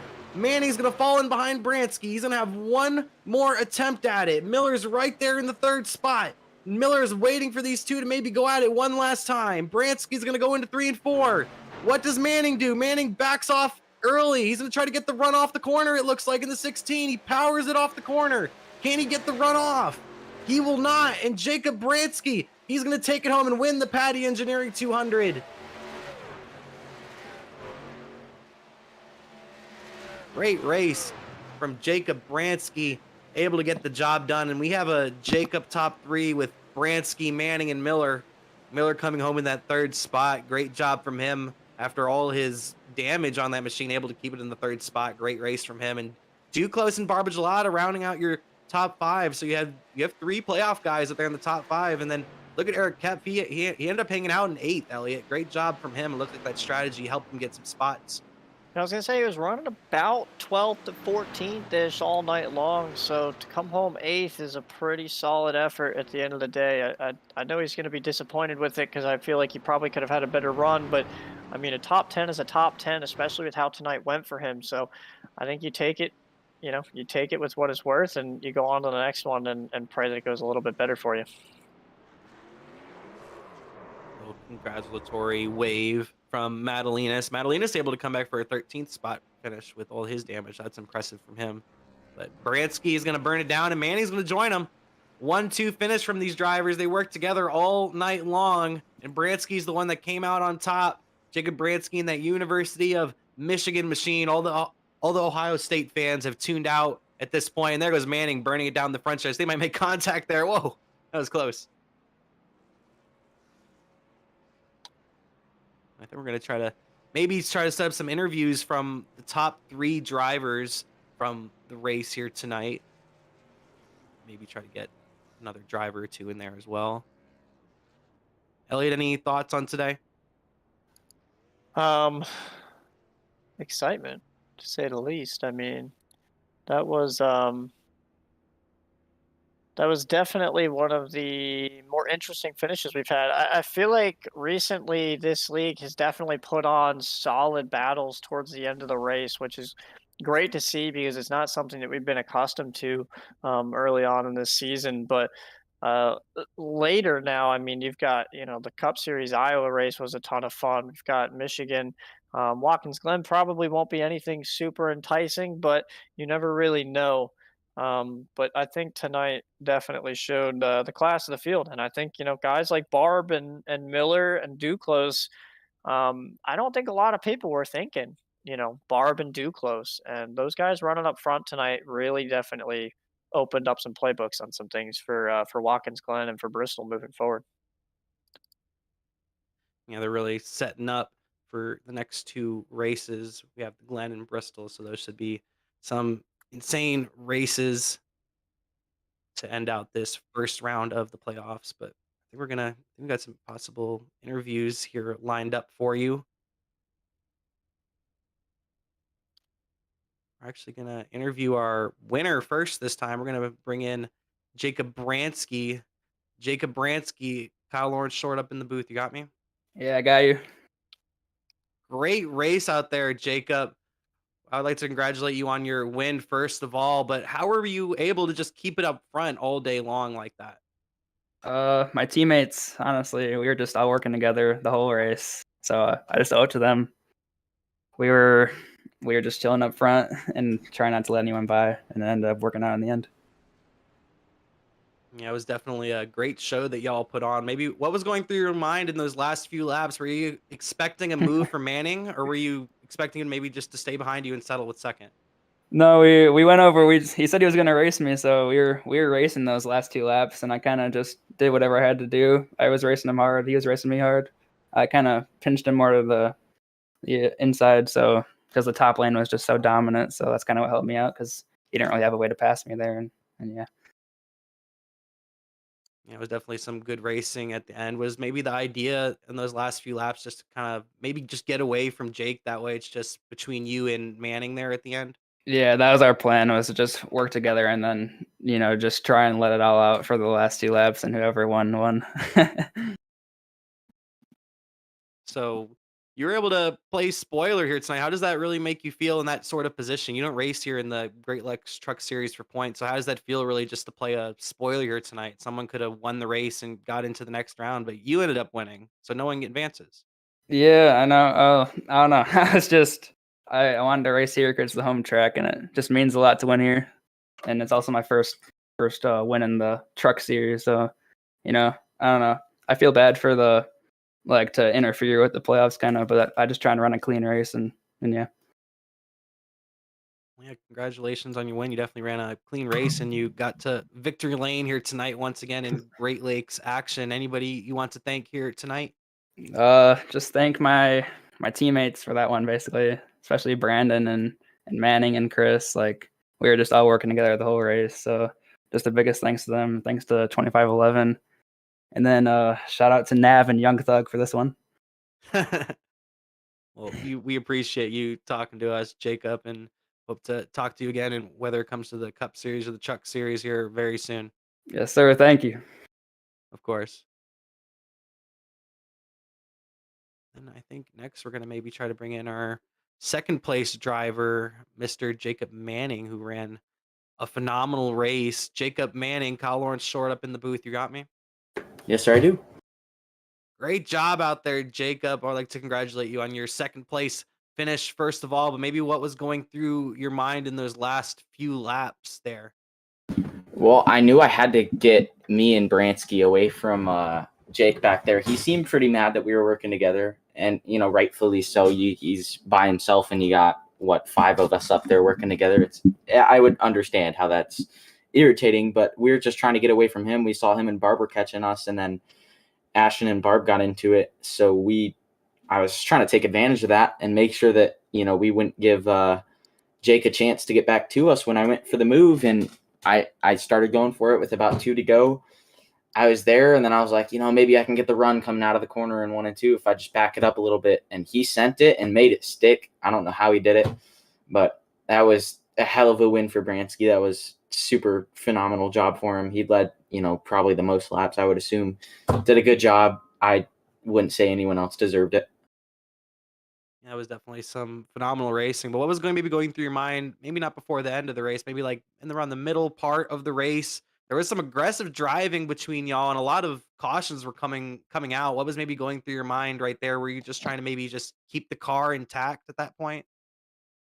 Yeah, I was afraid there was going to be a wreck that involved me either next to me, in front of me, or I was going to be the cause of it. And, everyone was getting really close there. So I was just trying to make sure I'd stay up front and not get myself back in the whole mess that was going on. And I ended up putting myself in the mess that was going on, with mistakes and stuff.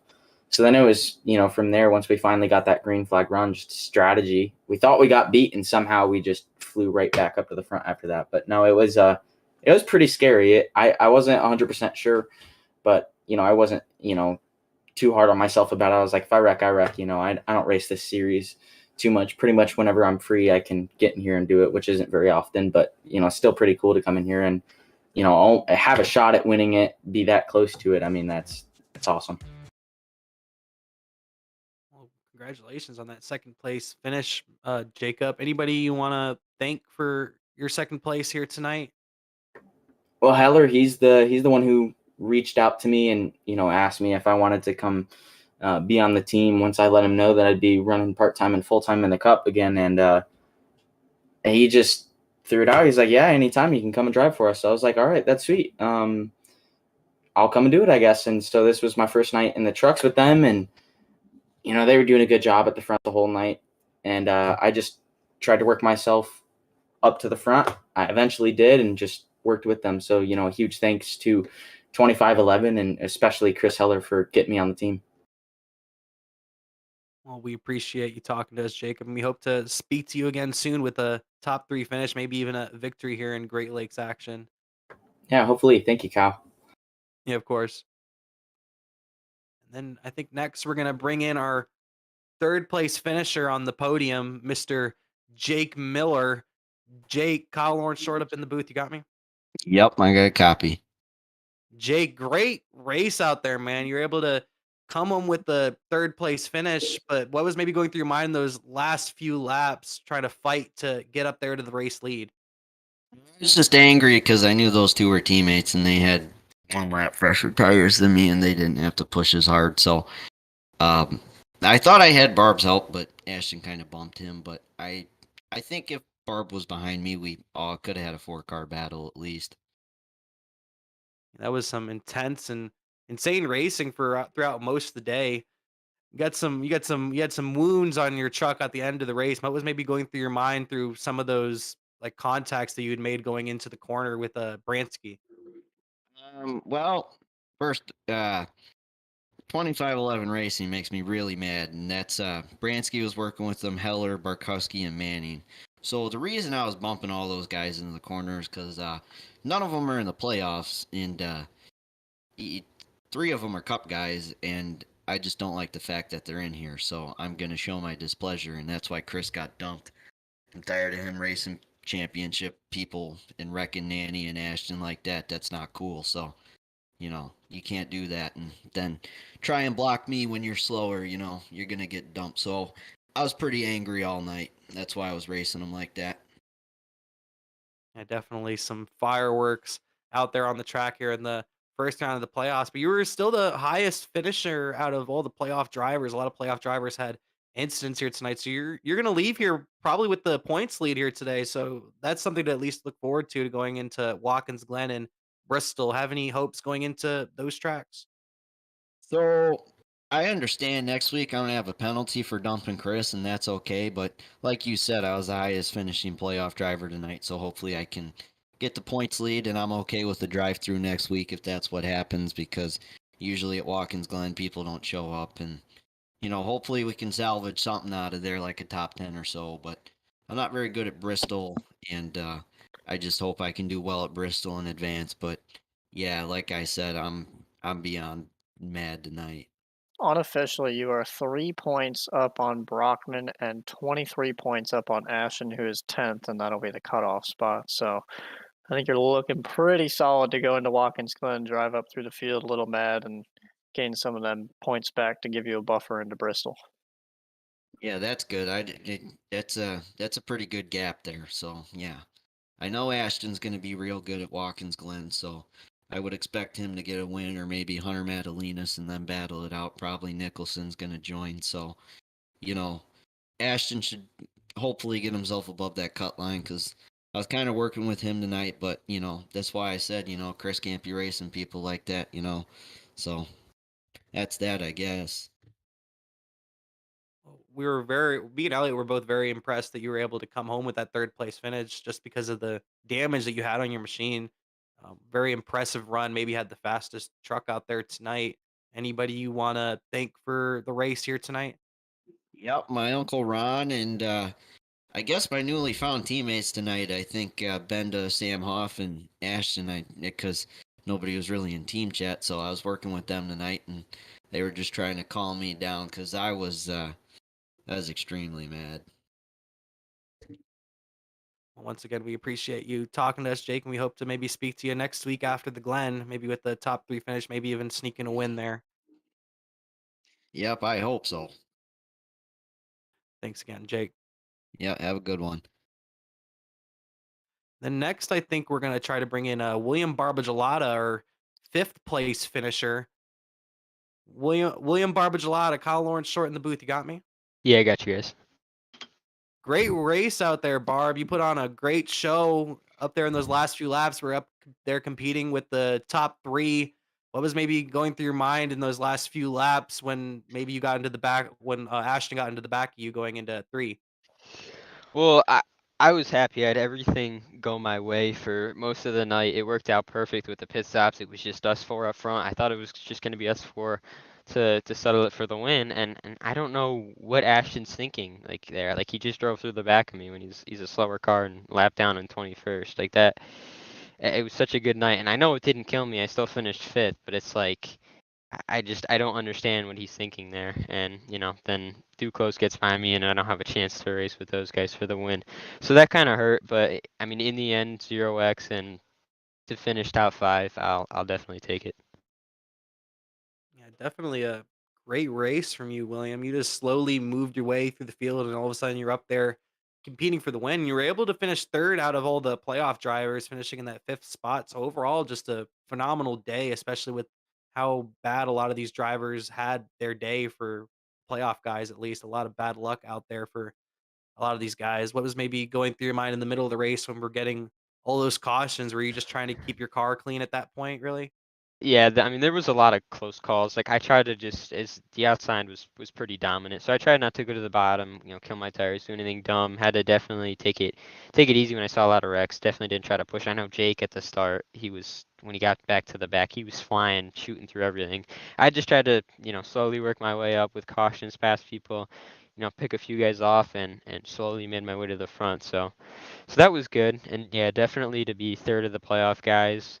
Maybe get a couple bonus points going into Watkins Glen. Definitely a success. Yeah, you mentioned Watkins Glen. You looking forward to these next 2 races in the round, Watkins Glen and Bristol? I know a lot of people probably aren't. Yeah, Watkins Glen's it's so for me. I've had some good runs there. Road courses are always all right for me. I mean, it's a tricky track and a lot can happen. So I honestly don't know how next week's gonna go. Definitely tonight helps with that. And then I love Bristol. Definitely think I can run well there. Just again, about staying out of trouble at a track like that.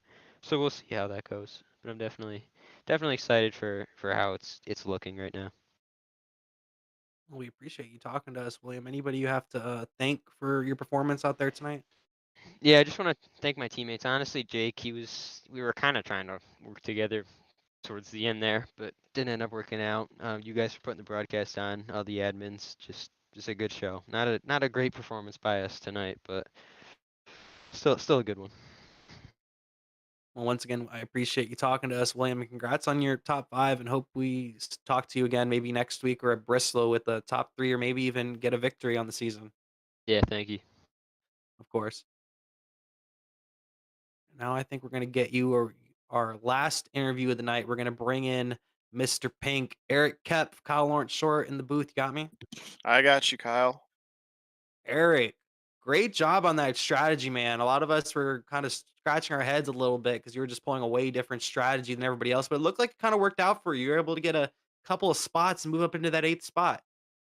Yeah, I got pinched on the bottom a lot during the first run and just kind of fell back. I was just trying to be careful and save the car, not get in anything crazy. And there were a few wrecks that happened right in front of me that I did miss. Just trying to avoid that and just keep a clean truck. But yeah, I mean, I was running far back, and I think I was like 12th or 13th or something when I made that pit stop.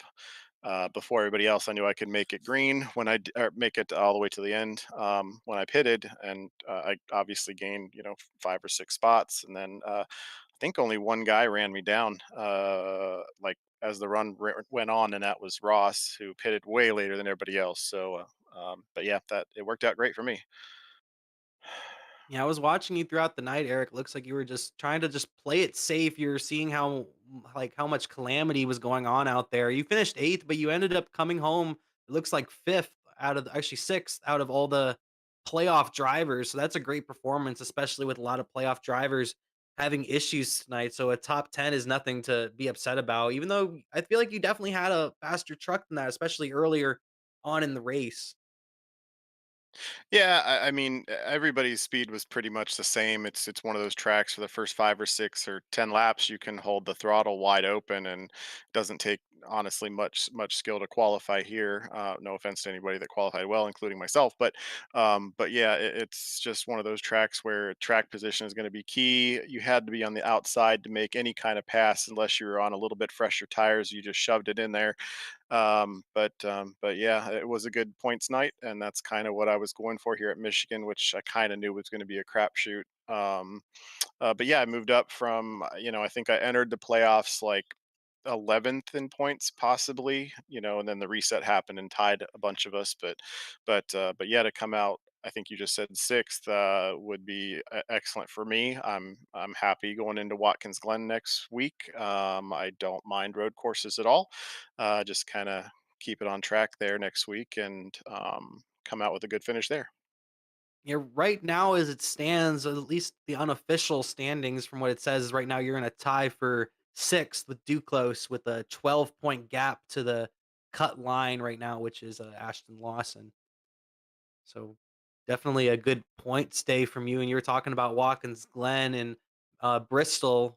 Are you looking forward to either one of those races, really? Maybe to make some noise? Yeah, I mean, there's a couple guys that I'm going to expect to do really, really well at Watkins Glen. You got guys like Hunter, Jake, and Ashton that are pretty much, if you were to put money, if I were to put money right down right now, I would bet that would be your top 3 fastest people at Watkins Glen. For the road course. Again, if I can get out of Watkins Glen with a top 8 or top 10 with minimal incidents or maybe even no incidents, that's what I would be happy with. I finished 5th there last season, I believe. And then Bristol is, again, it's another crapshoot. I like short tracks. Again, I just try and keep my nose clean at short tracks, any track, but anything can happen there. Well, we appreciate you talking to us, Eric. Anybody you have to thank for tonight? I just want to thank you guys for putting on the broadcast, and it's always a good job. I always go back and watch it at least once, if not more than that. Got to thank my teammates who were on the radio with me tonight, Spectrum Racing, RJ, my co-owner. I got to thank who else do I got to thank? I got to think. Got a couple people watching, I'm sure. Connor, maybe Tony is watching. I don't know. I don't know if my mom's watching, but just thanks to everybody. And Sam, who is our league owner, and all the other admins as well. Well, we appreciate you, Eric, and we hope to speak to you again maybe next week or at Bristol, maybe advancing into the next round. Yeah, we will see, guys. I appreciate it. Hope to make the second the final the next round. Obviously, thank you. Thank you, Eric. Yeah. That'll do it with our interviews. We're gonna try to go through some race results here for you and give you our race results here at Michigan. Of course, your winner, Jacob Bransky, with the fantastic night in the second spot. Jacob Manning, you have Jake Miller there in the third spot. Aaron Duclos comes home fourth. William Barbagelot, aka Mr. Excitement, fifth. Ross Brockman able to come home with the sixth place finish. Matthew Durr in seventh.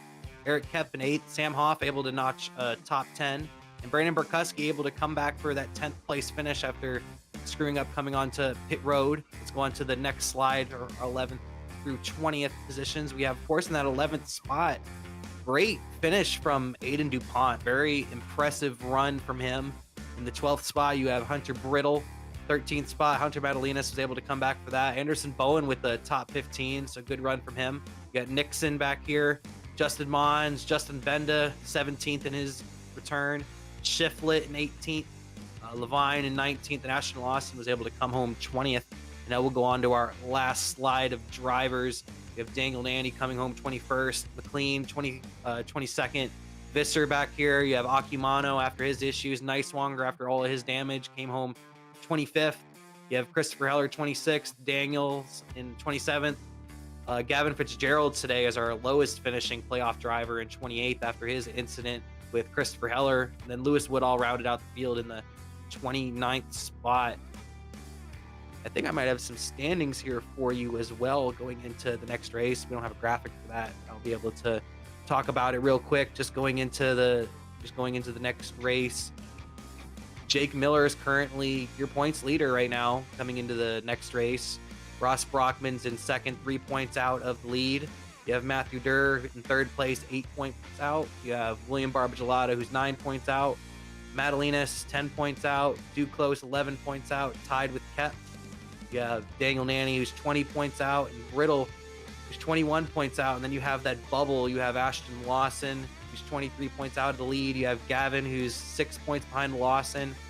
Nicewanger, who's also 6 points behind Lawson. Then you have Michael Sensi, who didn't show up tonight. So he lost a lot of points here today at Michigan and might need to get a win in those next two races. He's fallen back a good amount of points after tonight. Any last thoughts here, Elliot? Nothing major. I think your guys that came up and finished towards the front are kind of guys that we expected. It leaves Jake Miller, Ross Brockman, and Matt Durr all at the top. I think Barb is kind of a guy that no one really anticipated coming out and running as well as he did. But Hunter Madalinas is still locked in so far, and it's basically just who can make this top 8. You've got big names sitting on the outside that have been in the series for a long time and have made it further than where they are right now. With Gavin Fitzgerald, Shane Nicewanger, Ashton is going to be fast at Watkins Glen, and then Hunter Brittle's locked out as well. So it'll be interesting to see if any of those guys can jump that gap and potentially put themselves in. But right now, it's wide open for the next 2 weeks because we did not have a new winner or a playoff winner, as Jacob Bransky took him home tonight.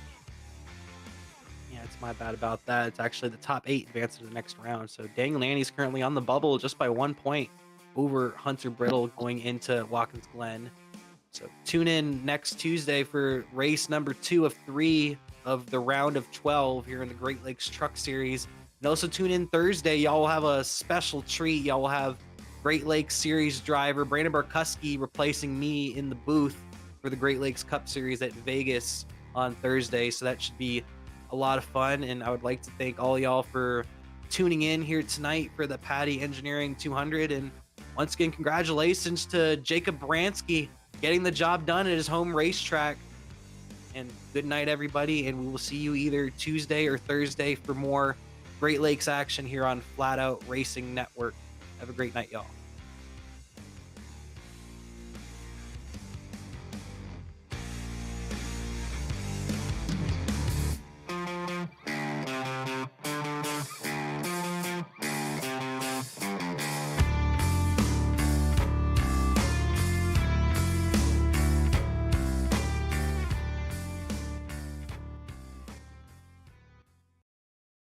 This broadcast is the copyrighted work of Flatout Racing Network and may not be rebroadcast, retranslated, or used in any form without the express written consent of Flatout Racing Network and iRacing.com Motorsports Simulations. Flatout Racing Network would like to thank you for your support, and we hope you